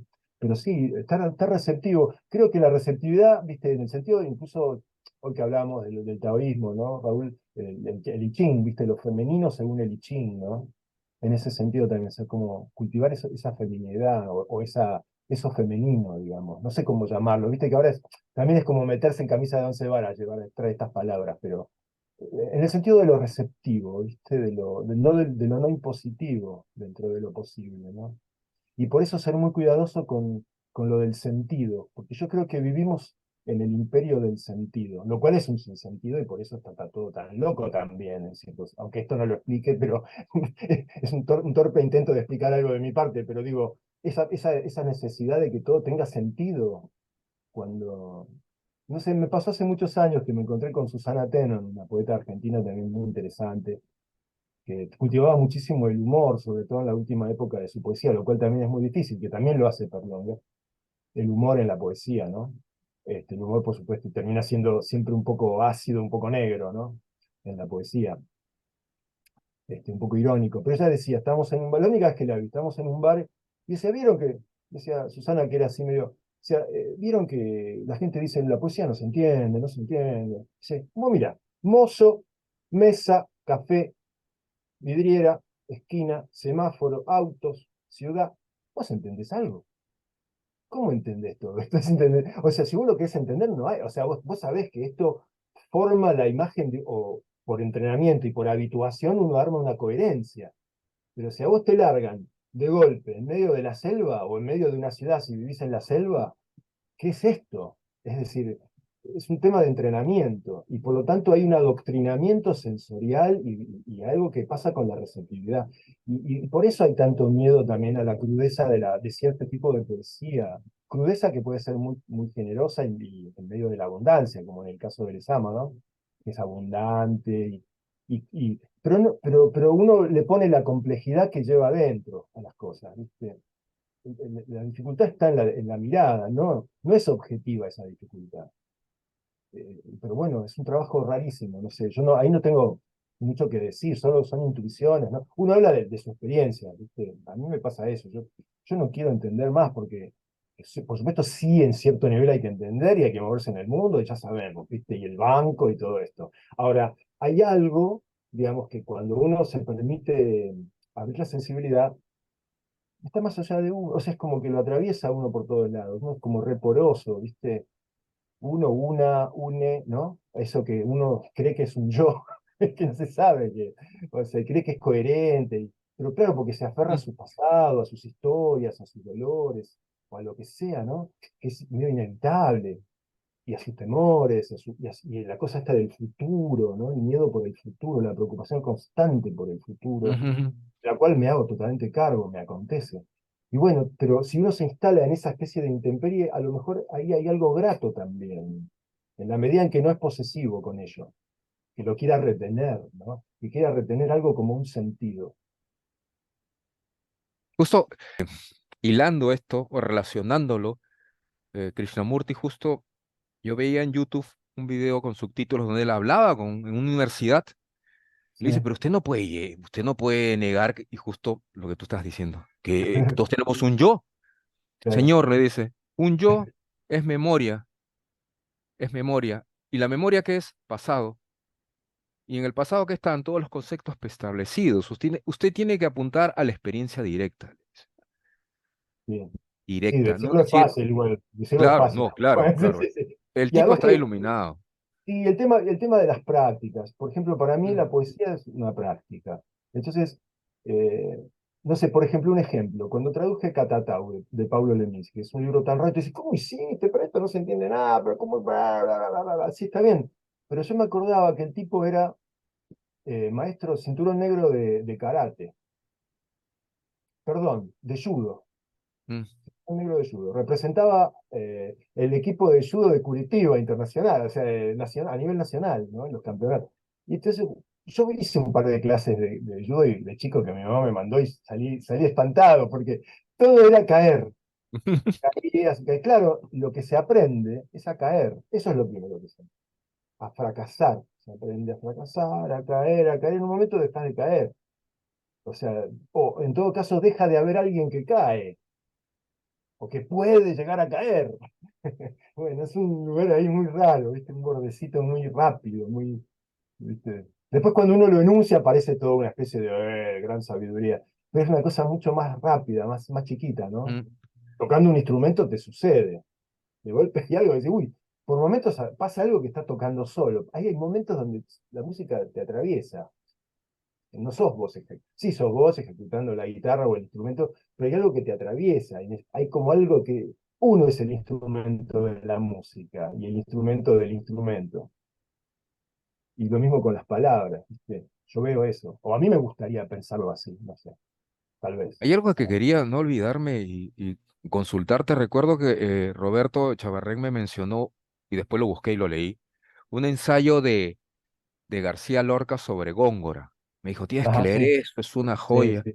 Es una Y a mí me llamó, conferencia, sí, y me llamó sí, la atención mucho lo que dijo él, ¿no? Ya dicen que Góngora es difícil y todo eso, pero dice, sus oraciones, con ordenarlas como se ordena un párrafo en latín, quedan claras. Yo claro, dije, y claro, entonces me puse a pensar en eso y dije, o sea que el tipo era un conocedor de latín obvio, y claro. introducía esta sintaxis, este léxico de latín, para implantarlos como un cuerpo extraño en el Claro, castellano, sí, ¿no? forzando la habitualidad, Sí. Ahora, esto, de hecho, que lo sabía Lezama. ¿Tú crees que Lezama obvio, lo sí. hizo, partió de ahí también o bifurcó y encontró un propio camino? No, Porque él encontró debe un haber leído propio mucho. camino. Ok. Hay una impronta que la señala Néstor, porque Néstor antes de leer a Lezama leyó a los surrealistas argentinos, sobre todo, a Enrique Molina, a Pellegrini, Aldo Pellegrini, a Francisco Madariaga, y después leyó de grande a Lezama, más. Pero es un poquito más surrealizante que lesameante al principio. Los poemas inéditos, incluso anteriores, que hay un material inédito a Austria-Hungría. Y me parece que Lezama también tiene esa impronta del surrealismo, aunque él la Sí, niega exacto. rotundamente. Eso también te iba a Sí, sí, preguntar. sí la niega. Sí, porque no es automatismo. Pero lo que pasa es que no todo el surrealismo es automatismo, pero sí en el nivel de las analogías y el trabajo con la metáfora, ¿no? De ciertos recursos de lo imaginal, digamos, o el recurso a lo imaginal, digamos, ¿no? Eso me parece que se comparte con esa. Y no por nada en la revista Amaru en los años 60 hay un fragmento de Paradiso, un capítulo de Paradiso presentado por un pequeñito texto que obviamente lo escribió Westphalen, donde dice el más grande escritor en castellano del siglo XX, José de Lezama Lima. Eso lo dice Westphalen, ¿no? En una notita. Que dice esas cosas que la gente no ve, pero están ahí, ¿no? Como, bueno, no es que le puso un cartel, pero él lo dice, ¿no? Esta es una escritura que, claro, se remonta a toda una tradición, pero claro, el contexto lo va determinando igual distinto, ¿no? Un cubano en una isla que está inventando algo, ¿no? No sé cómo sería el caso de Góngora, pero obviamente hay una impronta del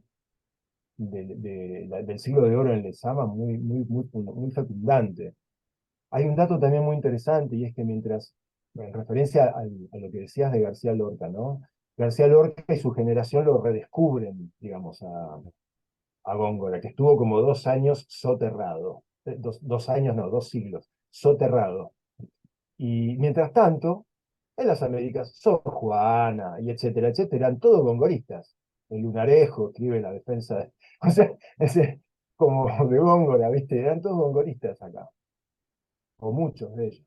O sea que es muy interesante eso. Y entonces Lezama toma eso también. Lo toma Góngora, pero toma todo lo que pasó en América. Porque él tiene esta preocupación del barroco de la contraconquista, ¿viste? No es el barroco pasivo ante España. Es un barroco que es una Mm, respuesta, de algún modo una ujú. insurrección también. Pero sí, tiene ese ensayo maravilloso de Esfera Imagen dedicado a Góngora, que es muy bello, muy bello. ¿Y qué toma Lezama de Mallarmé? Bueno, ese es un tema muy interesante, sí, que no, tampoco le da mucha bola a eso, ¿no? Yo me estoy asomando a eso en la vida, ¿viste? Como que hace años que lo vengo dando vuelta y ahora que hicimos, bueno, ahora hace un par de años que hicimos durante la pandemia, hicimos este encuentro de lectura de la obra de Lezama, Sí. empecé a ver una vinculación muy grande con Mallarmé. Por ejemplo, algo que ellos provocan en el lector, de algún modo. Hay algo que te obliga como lector en esos autores a, a convertirte en el artista de tu lectura. No puede ser una lectura pasiva, hay que comprometerse y recrear junto con ellos, ¿viste? Y son autores de esa exigencia, que se suele decir hermética, pero en realidad es como, bueno, hay que entrar, hay que iniciarse en esa, ¿viste? Hay que entrar por algún lugar.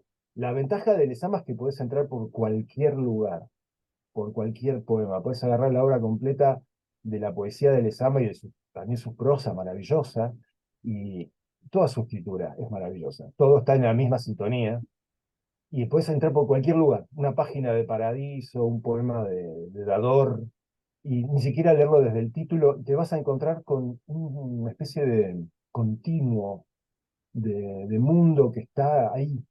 Ese mundo está ahí, vivo, como el mundo de los sueños, ¿no? Hay algo de Lezama también en su poesía, que eso lo vincularía yo con el surrealismo, y que es traer la, comillas, estructura, o digamos, comillas, el diagrama del sueño a la escritura. O sea, no contarte un sueño, sino velocidades, cosas que se podrían de algún modo remitir a una estancia onírica o visionaria también, en otro estado de conciencia, ¿no? En eso medio chamánico. Es decir, como hacer aflorar lo que se llama el inconsciente desde cierto lugar, ¿no? Que obviamente es muy abierto y es difícil hablar de ello. Hay un video en No YouTube tiene donde sale... gramática. Sí. Hay un video que Perdón, sale como discúlpame, sería como sí, el sí, desafío, una cosa nomás, sería sí. como el desafío de incorporar a, a formas verbales, digamos, al fraseo, algo que no tiene una gramática y que por lo tanto te permite moverte en una reinvención gramatical y sintáctica que genera unos conocimientos o unas intuiciones oscilantes, oscilatorias, interdimensionales. Es decir, pero interdimensionales al interior de la persona, ¿no? La persona del lector en este caso. De ahí que uno infiera que existe la inspiración, pese a todo lo que digan. ¿Y dónde existe? Existe en el lector leyendo el poema cuando se mete. El lector lee un poema porque lo inspira, ¿no? Y más allá de que el poeta se haya inspirado o no, digamos que eso es un misterio que le pasa a cada cual en el proceso creador, todos son distintos, pero lo que sí coincide siempre es que el poema ese que te emociona o que te llega o que te lleva a algún lugar nuevo, incluso tuyo, sin que hablar directamente de vos, te suscita algo, te despierta algo, o te recuerda algo, es por eso, ¿no? Es por esa suscitación, digamos, del desconocido en uno, de algún modo. Son autores que, digamos, hablan desde su desconocido al desconocido de nosotros, los lectores, ¿no? De algún modo, ¿no? Y eso yo lo veo como un evento poético, de la poética, que ya escapa a los estilos y a la buena poesía y al comportamiento de la gente que discute este estilo contra el otro, esta generación contra la otra. Mm, Eso es una zona muy chiquita del asunto, ¿no? Como un chiquitaje que tiene que ver más con la carrera, digamos, literaria, con, mm. la, con las operaciones de aparición y todo eso, que bueno, es el mundo en que vivimos. Tampoco me voy a poner moralmente a condenar, pero digo, me interesa menos. El otro te convoca porque te lleva a un lugar donde estás solo con el universo. No sé cómo decir, te lleva a unas amplitudes de tu experiencia personal y de autoeducación también, ¿no? Uno aprende palabras. Bueno, por ejemplo, cuando lees los ensayos el ensayo de lo barroco en el Perú, de Martín Adán, o los ensayos de Lezama, yo voy al diccionario cada 2 minutos y anoto, ¿viste? Y el diccionario es los diccionarios, no solo el de la Real Academia, sino muchos otros. Los diccionarios son unos aliados de la escritura maravillosos porque porque ahí está la historia de las palabras, son las distintas miradas sobre la historia de las palabras, y a veces están las etimologías, ¿no? Los étimos, o sea, las raíces, y ahí dialogan todas las resonancias, digamos, que las distintas poéticas van como recuperando para sí, ¿no? Para el canto, ¿no? A través del arrastre de lo que ya no es el sentido, son los significados, las alianzas, las aleaciones sensibles, digamos, ¿no? Que las palabras pueden producir y despertar también, ¿no? En ese lugar, como que te metes en una especie de espacio enorme, ¿viste? Donde hay muchísima gente intercambiando signos, ¿viste? Constelaciones, qué sé yo. Ah, mirá, ya está Dante, ¿viste? Uy, ahí está Haroldo de Campos. Oh, mirá, Blanca Varela, ¿no? Como, ¿viste? Como empezás como a entender algo de tu propio no entender. Como qué bueno, como que es una práctica. Esto es un camino, ¿no? Una vía, digamos, que no tiene una forma predestinada. Cada uno la curte como puede, o como mejor le conviene, qué sé yo, no sé cómo decir. En esta definición fantástica, esta del encuentro de los no conocidos, podría generar incluso hasta cambios neurológicos dentro de Sí, sí, yo uno. estoy seguro, Raúl, estoy seguro de eso, seguro, seguro. Y ahí viene un poco lo que hablamos off grabación en relación hace un rato, antes de encender el grabador, acerca de la vinculación con, digamos, puede ser la respiración, puede ser a partir del neuma, no es necesario que sea lo que llamamos un enteógeno o una sustancia, pero sí la posibilidad de empezar a ver que el lenguaje no es el lenguaje, que el lenguaje son las palabras, y las palabras son seres que están vivos, que se mueven, que cambian, que se recombinan, que se ayuntan, que se acoplan, que se rechazan, que generan tensiones, que generan dramas entre sí, microdramas entre una letra y la otra, que entre dos palabras hay una tercera que es como el armónico de esas dos, ¿no? Y que es un armónico que reverbera en el oído, pero porque va a la semántica, porque va a los significados, ¿no? Son significados que a veces no coherentizan el mundo, pero que generan algo así como la belleza, digamos, de lo que sería el evento poético, ¿no? Súper interesante. Mm. Qué sé yo, uno habla, después, bueno, siempre estamos desnudos ante eso, ¿no? Pero es linda la poesía, hace bien, no sé por qué la gente no lee más poesía. Hay poesía para todos los gustos, además, ¿viste? Para todas las experiencias.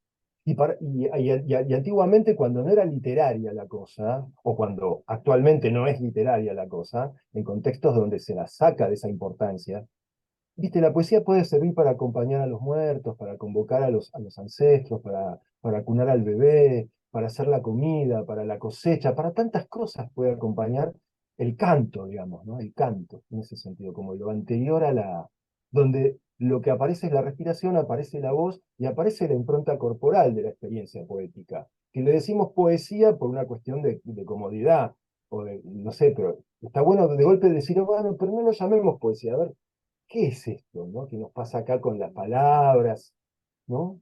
Y ahí se empieza como a mover algo de la importancia de la literatura y la poesía, nosotros, los poetas latinoamericanos, de esta generación, contra la otra generación, o lo que el otro no Ujú. sé qué.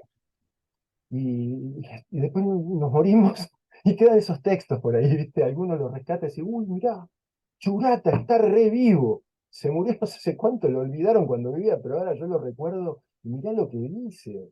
Habla de Krishnamurti en la página 325, ponele, no sé cuál, de un libro que se llamó El Pez de Oro, que salió en Bolivia, que se lo autoeditó él en unas condiciones rarísimas. Eh, ¿Quién era Churata, no? Y de golpe Churata te habla de Krishnamurti o de, qué sé yo, de Swedenborg, y vas a esos autores, ¿viste? Dices, uy, Ujú. ¿no? Y así, ¿no? entras en esa vía, ¿no? Como una corriente de asociaciones, de conexiones. Por eso me disgusta un poco a mí cuando se trata de contraponer estéticas, ¿viste? La guerra interestética, que yo la llamo, ¿no? Las batallas esas de esto contra lo otro, cuando en realidad todos los esfuerzos o las intensidades se terminan complementando de algún modo. Es decir, nadie puede habitar la experiencia del otro, son insustituibles esas experiencias, ¿no? Mm. En ese Justo cuando sentido, hay una eh, riqueza en una abandonada. entrevista, tú también conversaste con Romualdo, ¿no? Sí, Y, una vez, un par de veces, sí, sí, sí. y Porque recuerdo que, hice una antología de poesía peruana y entonces fui a ver a varios de los autores. ok, justo Roger me contó una vez de que él fastidiaba, molestaba al grupo de Eyelson de Blanca, les Sí, sí, decía los sí. puros. Y a Javier. ¿No? Sí, a Javier, Sí, los sí. puros. Pero su primer libro tiene la impronta de Eyelson, así como de acá hasta la China. El Ujú. primer libro del cual él renegó, pero es muy Eyelson, ¿no? Muy afín a esa poética más rilkeana y neorromántica, ¿no?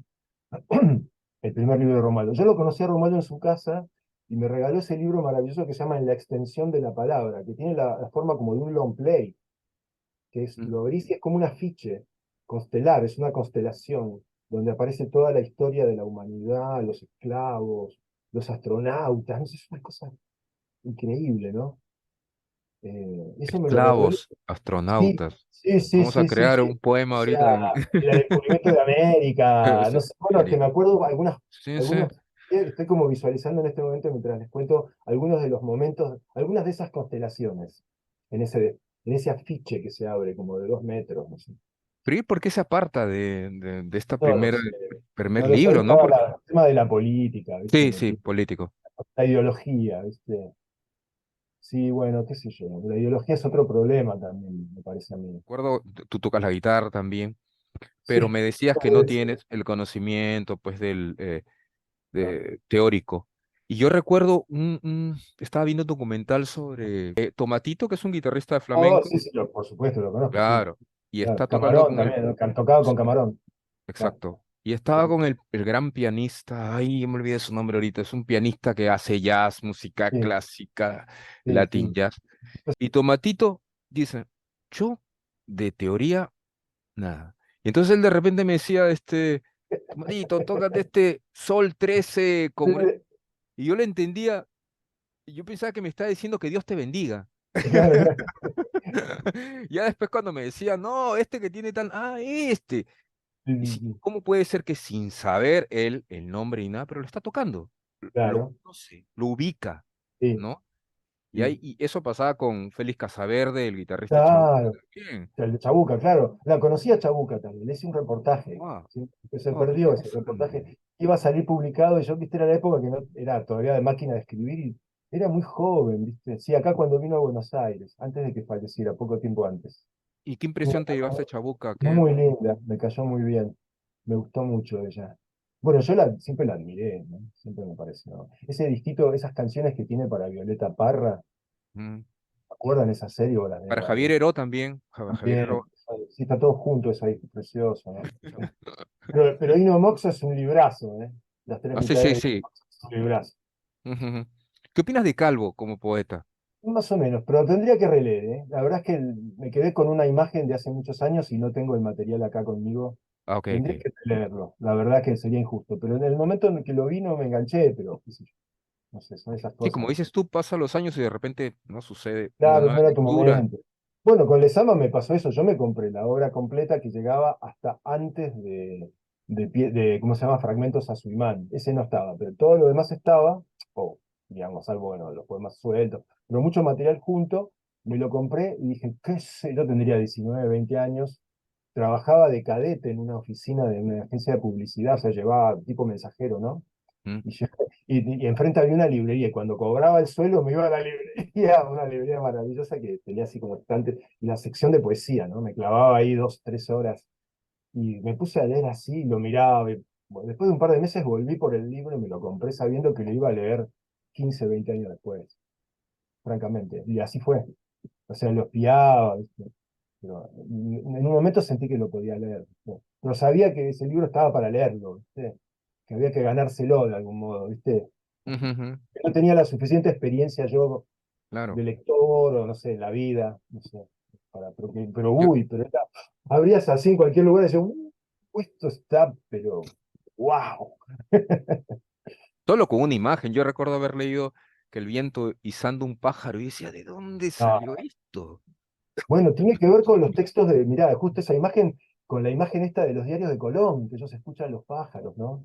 Y que él habla de esto en los ensayos. La expresión americana. Ahí menciona a los cronistas y todo, ¿viste? Y el texto Ujú, de todo eso, del pájaro, que ellos se dan cuenta que están cerca de la tierra porque escuchan el canto de un pájaro, ¿no? De la noche. Y Colón, un escritor interesante, además, curiosamente. sí, sí, Eso de las sí, sí. crónicas, eso está incorporado también en Lezama, junto con esos otros gongoristas hispanoamericanos, digamos, ¿no? Ha sido de verdad un placer escucharte, Soy hablar muy hablador, contigo. perdón. Yo sé que Oh, somos genial. muchos los que disfrutamos y los que disfrutaremos de esta conversación contigo. Ay, Gracias de gracias. verdad. No, gracias a ustedes. Ahorita cuando estabas hablando también en la danza, lo que pasa es que la danza no tiene la permanencia de la escritura, pero en la danza uno de los coreógrafos que más a mí me ha gustado se llama José Limón, que es de orígenes Sí, sí, mexicanos. lo conozco. Ah, ¿de Sí, verdad? sí, claro, claro. O sea, a mí me interesa la danza mucho como espectador, ¿sí? En una época iba a ver cosas de danza y todo, muchas cosas. Él trabaja la suspensión. Y cuando tú hablabas de las palabras, de la poesía, ¿verdad? De ese tránsito, yo decía, wow, se parece a esa mirada que uno tiene como bailarín también con la suspensión. Ujú. Qué bárbaro. Mira, la palabra suspensión aparece, si no me equivoco, en Aguas Aéreas. En la poesía de Néstor aparece suspensión.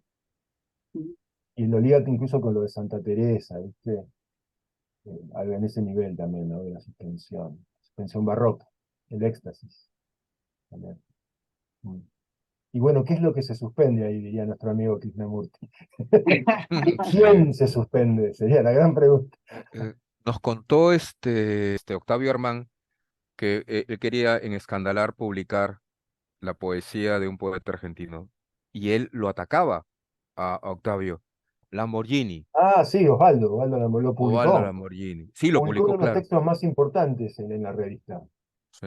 Y además salió en el mismo número que salió en Poemistas, lo cual es terrible. Pero bueno, sí. Bueno, Osvaldo Lamborghini era un gran referente de Perlonga también. Ya todos los Wow, caminos se van entrecruzando, ¿no? En la no trama de sabía la... eso. Sí, sí, sí, era su gran referente y se conocían personalmente.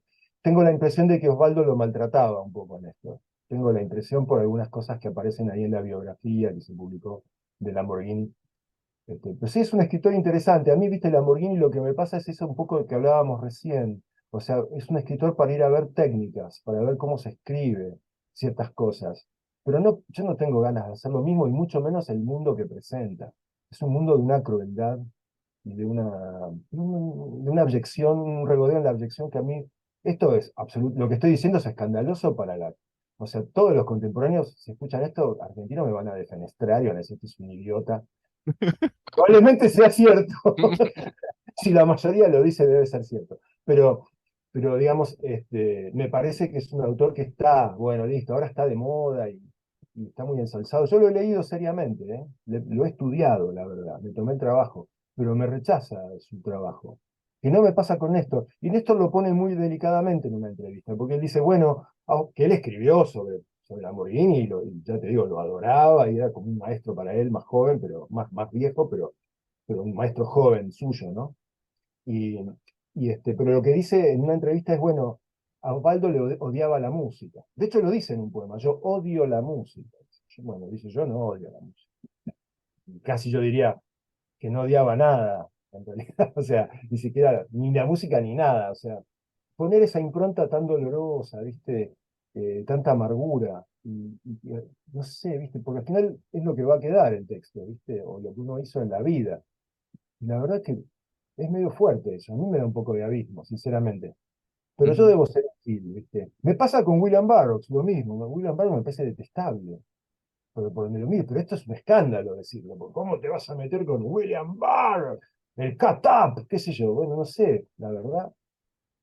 En todo caso, lo prefiero al otro, al inglés que era músico, el de la Dream Machine, que era su amigo, que es el creador del Catap, que ahora se me va el nombre, que vivió en Tánger, se me va el nombre ahora, pintor y poeta, que era bueno, que de algún modo toma esa técnica, que ya venía de Tristan Tzara, por cierto, ¿no? El Catap. Pero después lo que hay ahí adentro es un mundo, ¿viste? A mí, ¿qué me importa? Si William Barrow. O sea, William Barrow le pegó un tiro a la esposa delante del hijo en un ataque de. No sé, ¿viste? Y después encima fue tan cabrón que se escapó, fue en México y se escapó de la justicia, ¿no? Nunca más volvió a México. Y todos, incluso gente que uno ama, qué sé yo, Lou Reed, o Patti Smith, o Laurie Anderson, y Tom Verlaine, y todo el mundo que estuvo en algún momento ligado al rock o el propio Ginsberg, todos tienen su foto y su momento de adoración con William Barrow. Yo es algo que no lo entiendo, sinceramente. Y Mm, además me parece un escritor aburrido. No pasa nada. O sea, es como todo el tiempo ver la destreza de ese efecto. No sé, como si un tipo tocara todo el tiempo una distorsión y toca eso y toca eso. Y 3 horas después siguen la misma, ese chiloco. Y entonces, ¿Y tú qué crees que Néstor veía en Lamborghini? ¿Por qué estaba tan uy, cerca de él bueno, a a eso pesar de habría que todo leer eso? sus textos sobre Lamborghini. No, es que es un escritor, como escritor es muy respetuoso, o sea, es buenísimo. Yo no estoy discutiendo la calidad ni el talento de esa obra, no para nada. Y de hecho, ya te digo, yo lo estudié, pero a mí no me interesa el mundo que él trae, ¿viste? En un mundo donde yo, o sea, más cosa de esto, ¿viste? Como a ver otra cosa. Y no estoy diciendo no entrar en lo luminoso, ni en lo doloroso, ni en lo horroroso. No estoy diciendo Florcitas y Heidi, Ujú. pero ese nivel, digamos, de manipulación, ¿viste? Como las películas con efectos de terror, efectos de sonido, ¿viste? Todo te pueden meter en un mambo que a mucha gente le encanta, te digo que son las películas que más se ven, porque generan un tema adrenalínico, ¿viste? Que despierta una droga que está en uno mismo y es como una droga re loca, como tomar merca, qué sé yo, ¿viste? A mí no me interesa esa vida, no me interesa esa vida, no la condeno, sino que para mi vida no la quiero. Y no me gustaría regalarle a mi hija un libro de Lamborghini, sinceramente. Mm. Tania mueve la cabeza como diciendo, Raúl ve cosas Yo de estoy psicópatas. completamente sintonizada con Reinaldo Claro, ¿viste? Jiménez al más. Gracias, gracias. Y no, porque, gracias, porque es que uno ¿viste? Queda como muy como expuesto diciendo estas cosas. Pero ya no, a esta altura no tengo problema. En un mundo donde hay gente que dice que María Zambrano y Lezama escriben mal, yo puedo decir tranquilamente lo mismo. ¿Viste? Perdón, ¿a quién se le ocurre decir que María Zambrano escribe mal? Hay gente que lo dice Ujú, públicamente. Perdón, mal. ujú, ¿Qué quiere decir mal o bien? O sea, es una escritora increíble. Uno lee Claros del Bosque o todo su pensamiento acerca de la razón poética. Si vos escribís poesía, incluso para no estar de acuerdo, ¿viste? No podés evitar pasar por ahí en algún momento, ¿viste? O sea, está bien, por ahí no te cruzás por las cosas de la vida, pero si te cruzaste con eso y lo despreciaste, yo ya no te puedo seguir. No me ujú, interesa esa vía, o sea, porque me interesa esa otra. O sea, esa otra que es inmensa, ¿no? Que no es una sola, ni de una sola manera. Pero me refiero a un cuidado con lo que se hace, ¿viste? Que todo tiene resultados y efectos. Y si vos mandás esta, después rebota allá. Eso lo decía Borges, esta mariposa acá genera un tornado allá, ¿viste? sí, sí. O sea, Ujú. es un poco así, ¿viste? Y es lo que va a quedar. Es decir, pucha, esta gente que dejó un montón de dolor y de cosas terribles, ¿no? Es Que muy no son. interesante lo que contaste con cómo era que tú infieres que era Lamborghini con Néstor y también tuvo problemas con Armand, puede haber tenido problemas con muchas otras Sí, personas. sí, pues son los problemas sí, de ciertas características personales. Yo que yo no lo conocí, la verdad, no Ah, tengo idea. Pero a mí me parece que es un autor interesante, pero es un poco autoritario. Es El niño proletario, ¿no? Que es un libro que se solaza en el descuartizamiento y la tortura de un niño, y a la gente le parece muy buena literatura, flaco. A mí me parece una porquería, sinceramente. O sea, más allá de que está muy bien escrito, a mí, ¿por qué me mostrará? ¿Qué claro. aporta eso a la Ujú. vida y a la sensibilidad de los demás? O sea, son como esas películas que yo ya no quiero ver, porque son esas imágenes que te quedan para siempre, ¿viste? Como grabadas como un jingle publicitario horroroso que me acuerdo, un montón de jingles de cuando era chico y escuchaba la radio y veía la tele de chico, y me acuerdo, la, y me acuerdo las rimitas esas todavía hoy, y quedan como un surco, ¿viste? Y yo creo que tiene que ver con una diferencia entre los artistas, aquellos que abren y aquellos que ocupan un espacio, ¿viste? Ujú. Y me parece que hay arte que abre, aun cuando sea doloroso y terrible, incluso abyecto, pero con un sentido, digamos, de transformación o de transfiguración Sí, en claro, sí algún lo entiendo. nivel, ¿viste? En algún nivel. No Ujú. el quedarse como acariciando la llaga y hacer de eso una actitud como si, no sé, esa cosa tonta del punk más estúpido que duró 5 minutos, pero que un montón de gente se quedó, una serie de grandulones de 50 y 60 años hablando del punk, cuando los propios protagonistas del asunto al año estaban haciendo otra cosa. O sea, Exacto. eran adolescentes, ¿viste? Vos a los 60 seguís hablando del punk, ¿viste? Como eso, ¿no? Como todo bien con el punk, pero, ¿viste? Eh, Y además, ¿qué más psicodélico que los punks? O sea, que evolucionaron hacia otros lugares, ¿no? hay un reportaje pequeño de los Saicos, antes que se Sí, murieran varios de ellos, sí, yo sé. y uno de ellos dice, el pan es una música de M, que escucha Claro, gente que no sabe nada de música, y le hacen sí. músicos que no saben nada de música. Depende, depende. O sea, había gente muy interesante que venía de otras bandas anteriores, qué sé yo. Y después todo lo que el punk promovió, como do it yourself, o sea, hazlo tú mismo, Ah, sí, claro. ya está Ajá. buenísima esa actitud y todo eso, pero inmediatamente surgió todo un post-punk impresionante, Sí, que es lo sí, más es verdad, interesante de los es 70. verdad. Muchísimo, material es increíble. Yo sigo buscando, encontrando cosas que digo, esto no lo conocía, y hay más y más, ¿viste que podés buscar en las redes y dices, qué impresionante, esa actitud estuvo buena. Ahora, en realidad es una continuidad, qué sé yo, Joe Strummer vivía en una comunidad hippie, después fue Joe Strummer, pero Es antes como, tocaba en una banda folk, psicodélica, o sea, así muchos casos, ¿no? Blondie, por ejemplo, ¿cómo se llama? La Chrissy, la cantante de Blondie, cantaba en un grupo tipo de Mamas and the Papas en California, antes, ¿viste? Y si vos escuchás Blondie, tienen un nivel, son tipos que tocan jazz, tocan un montón de cosas, digamos. claro. No son unos tipos. ¿Qué se lo depende? O al revés, un tipo como Tom Verlaine de Television, ¿viste? Que inventa ese modo de tocar la guitarra que es muy simple, pero es muy de él y es impresionante lo que hace. Es de una transmisión, de una Mm, dulzura y de una lucidez. Y era un gran lector de poesía, en realidad empezó como poeta, lo mismo que Patti Smith. O Lou mm, Reed, que era un gran escritor de poesía y un gran lector de poesía, que fue alumno de Elmore Schwartz, de mm. poesía, ¿no?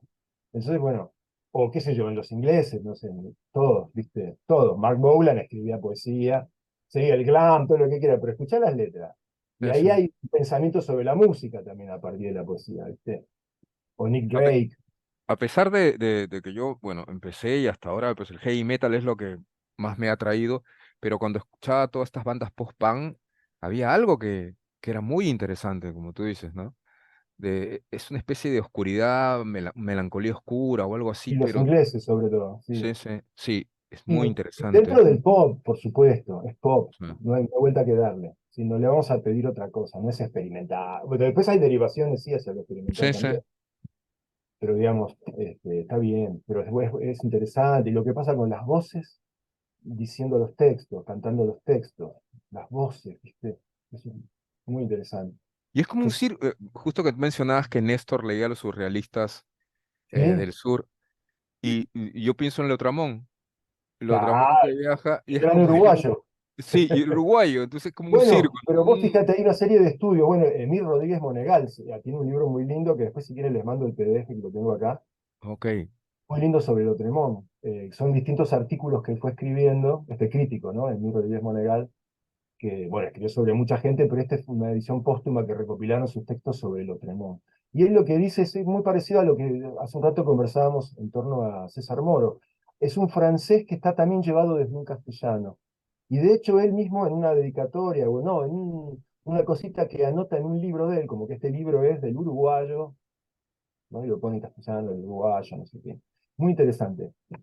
Claro, en Montevideo se hablaba francés, además su familia tenía que ver con los franceses, pero se hablaba durante el sitio de Montevideo, y se hablaba inglés, se hablaban lenguas africanas, se hablaba español, se hablaba italiano, porque además estuvo Garibaldi metido ahí en el sitio de Montevideo. Entonces, Lotremont era un niño que aprendió todo eso, y él no se sentía del todo francés, aparentemente, aunque escribiera en francés, ¿no?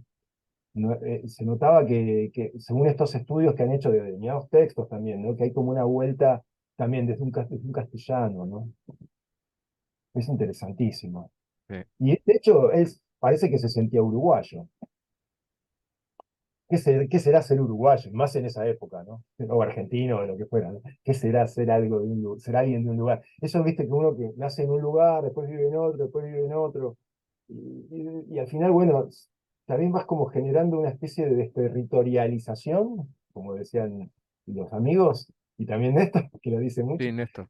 Sí, pero bueno, viene de Deleuze y compañía, y nada, algo de eso que también puede afectar positivamente una relación como abierta con las palabras, ¿viste? Que no tenés por qué ceñirte a una regionalidad del castellano o del español.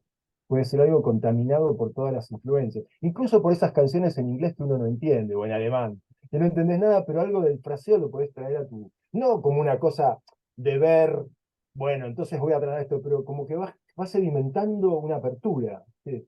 Una especie de antenación antinacionalista o contranacionalista, si se quiere, digamos, en el sentido de no cerrar fronteras, sino un poco también expandir hacia la aventura de la escucha, seguir escuchando, ¿viste? La escucha sería como, y estos tipos, lo tenemos es un gran, obviamente lo lees, abajo de toda esa cosa terrible, porque ahí, bueno, mirá qué interesante, porque está la conexión con Lamborghini en ese sentido, el niño proletario y la crueldad, ¿no? Y de algún modo también hay gente que se ha horrorizado moralmente, y es cierto que con el tiempo uno también puede leerlo sin ese horror de sus contemporáneos, ese texto, ¿no? Por algo la leyenda maldita del Otro, todo el que se le acercaba moría más o menos fulminado por un rayo o terminaba en el psiquiátrico, ¿no? Había esa leyenda, y había como miedo a acercarse a esa obra que era peligrosa. Claro, lo peligroso en realidad es que mueve el punto de encaje, mueve lo que Castaneda llamaba el punto de encaje, se mueve la percepción, donde de golpe no es el mundo que uno, si uno entra digamos, el mundo que uno cree conocer, ¿no? Y si uno entra en esa tonalidad en ese flujo, pasa algo que incluye a la crueldad. E incluso pareciera, y quizás sea así, se solaza en la misma, pero no se queda ahí. También hay otros componentes, hay algo Otros como, matices, claro. sí, viste que, no sé, es como es otra situación con lo cruel, ¿viste? Porque también Artaud habló del teatro de la crueldad, en fin. No es que decir, bueno, vamos a negar la crueldad, no, pero a ver cómo se incorpora en el claroscuro. La vida no es solo crueldad. ¿Por qué la literatura tiene que ser solo crueldad? ¿Viste? Es como tocar una sola tecla. Y es medio aburrido también, después de un rato, además, para el lector. Es decir, para el fan no, porque viste que el fan es fan, no importa, ¿viste? Es como los fans de los políticos. Los políticos les hacen esto y lo otro y dicen, no, no, pero en su discurso dice esto, está bien, en su discurso dice esto, pero después en los hechos pasa esto otro. No, pero, ¿viste? Bueno, ¿y qué vas a hacer? No lo vas a poder convencer, es como una religión, ¿viste? No, porque la religión hace esto, sí, pero la religión, bueno, no sé. Entonces ahí no puedes discutir, pero como lector, que uno se puede colocar en una situación abierta y receptiva, y sí, no despreciar, digamos, a ver, bueno, a ver, me meto con esto que me perturba. Está bien, paso de mi perturbación y veo que me aburre, o que no me lleva a ningún lado que a mí me interese creativamente. Se verifica muy simple, y obviamente tiene que ver con los gustos y las experiencias personales, ¿no? Es imposible generalizar esto. Yo estoy hablando de una arbitrariedad personal total, si se quiere, ¿no? Pero digamos, para mí se verifica de esta manera, es decir, yo leo a este autor, inmediatamente me dan ganas de escribir, o me dan ganas de ponerme a crear o de leerle eso a alguien, o de mirá, a uno le mando el fragmento, y el otro no, el otro, digo, qué interesante, bueno, ok, sí, está bien, está en la biblioteca, ¿viste? No sé. ¿Viste? Ahora, está bien, no es peligroso, eso es cierto, lo que tenemos no es peligroso, pero es peligroso, en el sentido en que la poesía puede llegar a serlo, es cierto eso, ¿por qué? Porque subvierte una percepción del mundo, más en ese momento, digamos, como una reacción contra el racionalismo, ¿no? Del cual no estamos exentos hoy en día tampoco, solo que se ha vuelto tan delirante el racionalismo que parece que no lo fuera. Pero es lamentablemente el absurdo de esa postura como fanatizadora o autofanatizadora de las cosas, ¿no? El camino correcto, por ejemplo, ¿no? O la vía correcta que a veces puede ser la transgresión, ¿no? Lo transgresivo per se, que termina siendo otro club, ¿no? Eso también, el cliché, el club, para mí esos son los enemigos del poeta. No los enemigos, pero digamos, hay que tener cuidado. Si uno quiere mantenerse más o menos dinámico y conectado y no cristalizar un estilo, ¿viste? Tipos que escriben y dicen, sí, indudablemente este es un poema de tal o cual, ¿viste? Porque ya leí 50 en el mismo lugar, ¿viste? y a veces son poemas buenos, pero como lector medio como que ya no te suscita, ¿viste? Lo que te suscitó el primero, o los primeros. En eso, por ejemplo, alguien como Néstor va cambiando, ¿viste? Incluso dentro de un mismo libro hay como distintos estilos, distintos tonos. Y adentro de un mismo poema hay distintos tonos. Es muy interesante. O el Lesama, ni hablar. Más mutante que ese. El propio Churata, El pez de oro, es un libro mutante, va pasando, es un ensayo, hay cantos, hay poemas, hay relatos, hay recreaciones de mitos, hay opinión, hay biografía, es una mezcla increíble. ¿Viste? ¿Esto qué? Claro, lo pasan como novela. Sí, o puede ser muchas cosas, ¿no? Pero hay que darles tiempo y, qué sé yo, y darles la oportunidad. Y a los que no te gustan también, porque uno aprende mucho de la poesía que no te gusta, ¿eh? O de la que te parece que está floja, ¿viste? Es interesante eso, ¿viste? Claro, no te puedes quedar mucho ahí. Pero si te cruzas con un poema flojo y lo lees y le prestas atención y le brindás igual ese momento, ¿viste? Como la lectura, como un agradecimiento tácito, decir, bueno, no te paso de largo, a ver, lo leo y le presto. A mí me mandan, ahora ya no tanto, pero en una época cuando hacía la revista me mandaban semanalmente, entonces por mes recibía, no sé, 50 libros, ¿viste? No sé, una cosa delirante de todos lados, porque la revista circulaba en distintos países, mucho de Brasil. Algunas cosas las conservo todavía porque son cosas muy lindas. Pero también muchas cosas que, bueno, las leía y yo me tomaba el trabajo de responder más o menos a cada uno, gracias, recibí el libro, me interesó tal cosa. A veces no tenía nada para decir y agradecía simplemente, o lo voy a leer, todavía no lo leí, pero digamos, si le das esa oportunidad, ¿viste? Y algo igual también sedimenta ahí, ¿viste? Ni siquiera por la contraria de no hacer eso que me parece que está flojo. Es como también esa cosa del intento, ¿viste? De la poesía como un intento. Y al final no hay un maestro ahí, ¿viste? Es como, no sé cómo decirlo, no hay capos. Todo es medio como un aprendizaje, ¿viste? Después está el mito de los grosos, qué sé yo, ¿viste? Sí, evidentemente por algo la poesía de Adán o de Moro, de Westphalen o de Blanca Varela subsisten y tienen cada vez más lectores porque, claro, son de una fuerza. Pero si vos mirás en esa época, en esos contextos, hay otros y otras que están muy bien también, ¿viste? Por ahí no son el gran poeta, pero que tienen algunos poemas que, mamma mía. Ujú. Julia Ferrer, por ejemplo, poeta Sí. peruana maravillosa que Ajá, nadie nombra, no entiendo por qué. Hizo ujú. 2 libros que son preciosos y se perdió todo lo demás que escribió porque nadie lo cuidó. Es de la misma generación que Blanca Varela y sin embargo no la nombra nadie. ¿Y Ujú. por qué? Porque tiene otra impronta, ¿viste? También, que no calza tanto con los intereses de autorreflexión, de autorreconocimiento de los lectores en este estadio de la conciencia de nuestra época. Pero quizá más adelante sí se la pueda apreciar, ¿viste? No está condenada al olvido, En porque esta época, de repente, hasta Julia lo hubieran em, sí, por puesto el mujer, rótulo por de sí, pero de neobarroca, porque tenía una manera, una escritura sí, sí, muy, sí, y ¿no? hizo Lo cosas hubieran, experimentales antes sí, que los sí. concretistas brasileños y antes que Edelson. Porque, Ujú, por ejemplo, todo lo que sigue de la Habitación en Roma en adelante es de los 60, o no sé, algo así, ¿no? Del 60, 61, no me acuerdo las fechas, que Edelson fechaba los poemas. Y estos son anteriores, son de los 50, y ya está ujú, experimentando cosas que ujú. hicieron ellos, que obviamente no se conocían, y obviamente es un aire de época y esas cosas pasan, ¿viste? Que también eso, cuando se habla de la psicodelia o el punk o lo que sea, que parece como todo articulado, y no era gente que estaba más o menos haciendo cosas parecidas con alguna referencia en común, y después lo escuchás como que estaban todos de acuerdo. Lo que pasa en Medusario, de hecho. Es Exacto, decir, sí. esos autores no se conocían No. entre sí, mayoría. Eso es un logro de la edición que hicieron excelente. Poner juntos a Becerra con Marosa, con Wilson Bueno, no sé, ¿no? Con Haroldo. ¡Wow! ¿Viste qué loco? A nadie se le había Ujú, ocurrido.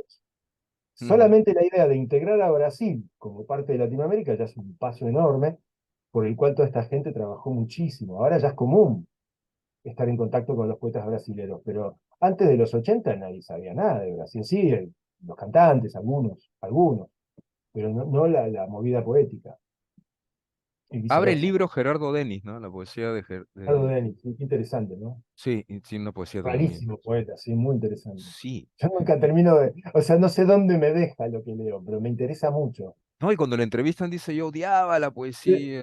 eh, Y en los y tiempos, aparte es un pues. seudónimo, ¿no? El tipo era científico. Bueno, Reinaldo, ha sido Bueno, gente, increíble. Wow, sí, de verdad acá que en mi sí. cuarto parece un Tú, sauna. bendito, bendito, estás sudando un montón. Yo como quiera, yo digo, Dios mío, tu poesía ahora mismo, ¿por dónde va? Porque yo Eh, lo que he leído y la música, eso tú lo has venido haciendo de manera más consistente ahora o siempre ha estado ahí, ese No, vínculo siempre estuvo, con lo pero ahora estoy sonoro. grabando, así muy caseramente, muy tipo lo-fi, sin ninguna pretensión de hacerme el músico, o sea, simplemente porque me sirve todas esas grabaciones, o muchas de ellas que hago, bueno, obviamente no publico todo lo que hago porque sería bochornoso, pero digamos, algunas cosas que está cantando bajo la ducha este hombre, pero digamos, algunas salen más o menos y tienen que ver con musicalizar o poner en voz, digamos, de alguna manera poemas que estoy escribiendo, parte de todo un magma de cosas que estoy haciendo, entonces como que de golpe lo grabo, lo escucho, de ahí modifico algo, me equivoco, incorporo una equivocación o modifico algo, no son necesariamente las que van a quedar en el libro, pero es como parte de una cocina que además la comparto así abiertamente sin muchas explicaciones. Obviamente mucha gente dirá esto, que bodre, que mal grabado, sí, seguro, técnicamente es un desastre, pero es como parte de una cocina, ¿viste? Y es un libro que lo estoy trabajando ahora que se llama Altibajo y siento que está como llegando como a un lugar la escritura que me interesa, no sé cómo decirlo. Un día les muestro, pero como algo que tiene que ver con la reunión de lo lírico, de lo simbólico. También es como una colección de nombres, de lugares, de seres, de entidades, de distintas culturas, algo con el ritmo, con la brevedad, con la condensación y la expansión. Y fundamentalmente, como el título lo estaría como de algún modo indicando o indiciando, el altibajo, es decir, el claroscuro, la convivencia de lo distinto, ¿viste? De lo contradictorio, la dicción y la contradicción, ¿no? Digamos, la posibilidad en todo caso de suscitar múltiples entres. Esto como una ilusión mía, no sé, yo capaz que alguno lo lee y no le parece nada de eso, pero bueno, un poco así, jugar con, no jugar, o sea, yo pensé que ya no iba a escribir más, porque antes había hecho un libro que se llama Hannah, que salió, que lo mencionaste hace un rato, en España, y, y pensé que ya después de eso medio como que había agotado una manera de trabajar, ¿no? Que había venido haciendo varias cosas en esa línea.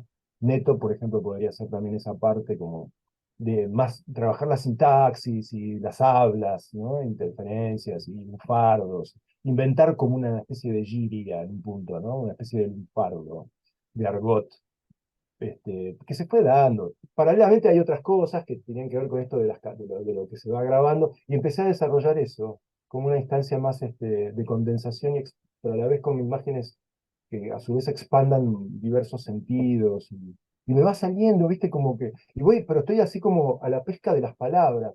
Cualquier cosa, capaz que estamos hablando ahora y después vos dijiste algo y lo anoto, viste, o lo anoto después, y eso queda ahí una especie de archivito, de banco de palabras, ¿no? Y después se junta con la otra, y las cosas que voy leyendo y subrayo y de golpe una palabra de un ensayo, ¿viste? Que, no sé, la saco y no sé por qué, o la empiezo a buscar en el diccionario y empiezo a encontrar otras, ¿no? Y de golpe se me arman las frases. Claro, después lo miro y son siempre las obsesiones de uno, no es nada nuevo lo que estoy diciendo, y de golpe hay muchas palabras que usé 1000 veces también. Pero bueno, esto de las palabras raras, por ejemplo, de los neologismos o de los inventos, de las palabras más fonéticas o que parecen de otros idiomas, o son de otros idiomas incrustados, así que no parece, que como un descuido, ¿no? Que decir, ¿y esto de dónde vino? Son cosas que tienen que ver con un oído, ¿viste? Una intuición de algo que medio que se me impone de alguna manera, ¿viste? Muchas veces yo no sé lo que quiere decir esa palabra, la busco en el diccionario y por ahí no coincide exactamente el uso que le estoy dando en la imagen en particular de ese fraseo. Pero todo eso, y también tiene que ver con ese encuentro con palabras que están en el diccionario o en los diccionarios, que están en desuso, y que son palabras que al estar en desuso, de algún modo están en extinción, en peligro de extinción. O sea que ahí también habría un trabajo, comillas, ecológico, en el sentido del rescate de formas de vida también, que pueden ser incluso hasta graciosas en un contexto, dentro de una frase, ¿no? Así que bueno, un poco eso, qué sé yo, no sé si expliqué algo. Hay que Sí, verlo. muchas gracias. De verdad que gracias por todo este tiempo, No, bendito. gracias a ustedes. De No, verdad Sí, que un gracias. placer conocerte y que bueno. siga la comunicación y Sí, la Sí, en por poesía. contacto. favor, por favor. Ok, Vale. Reinaldo. Bien. Un abrazo. Bueno, Un queridos, abrazote muchas y gracias a gracias. ustedes. Que la pasen Bien. bien.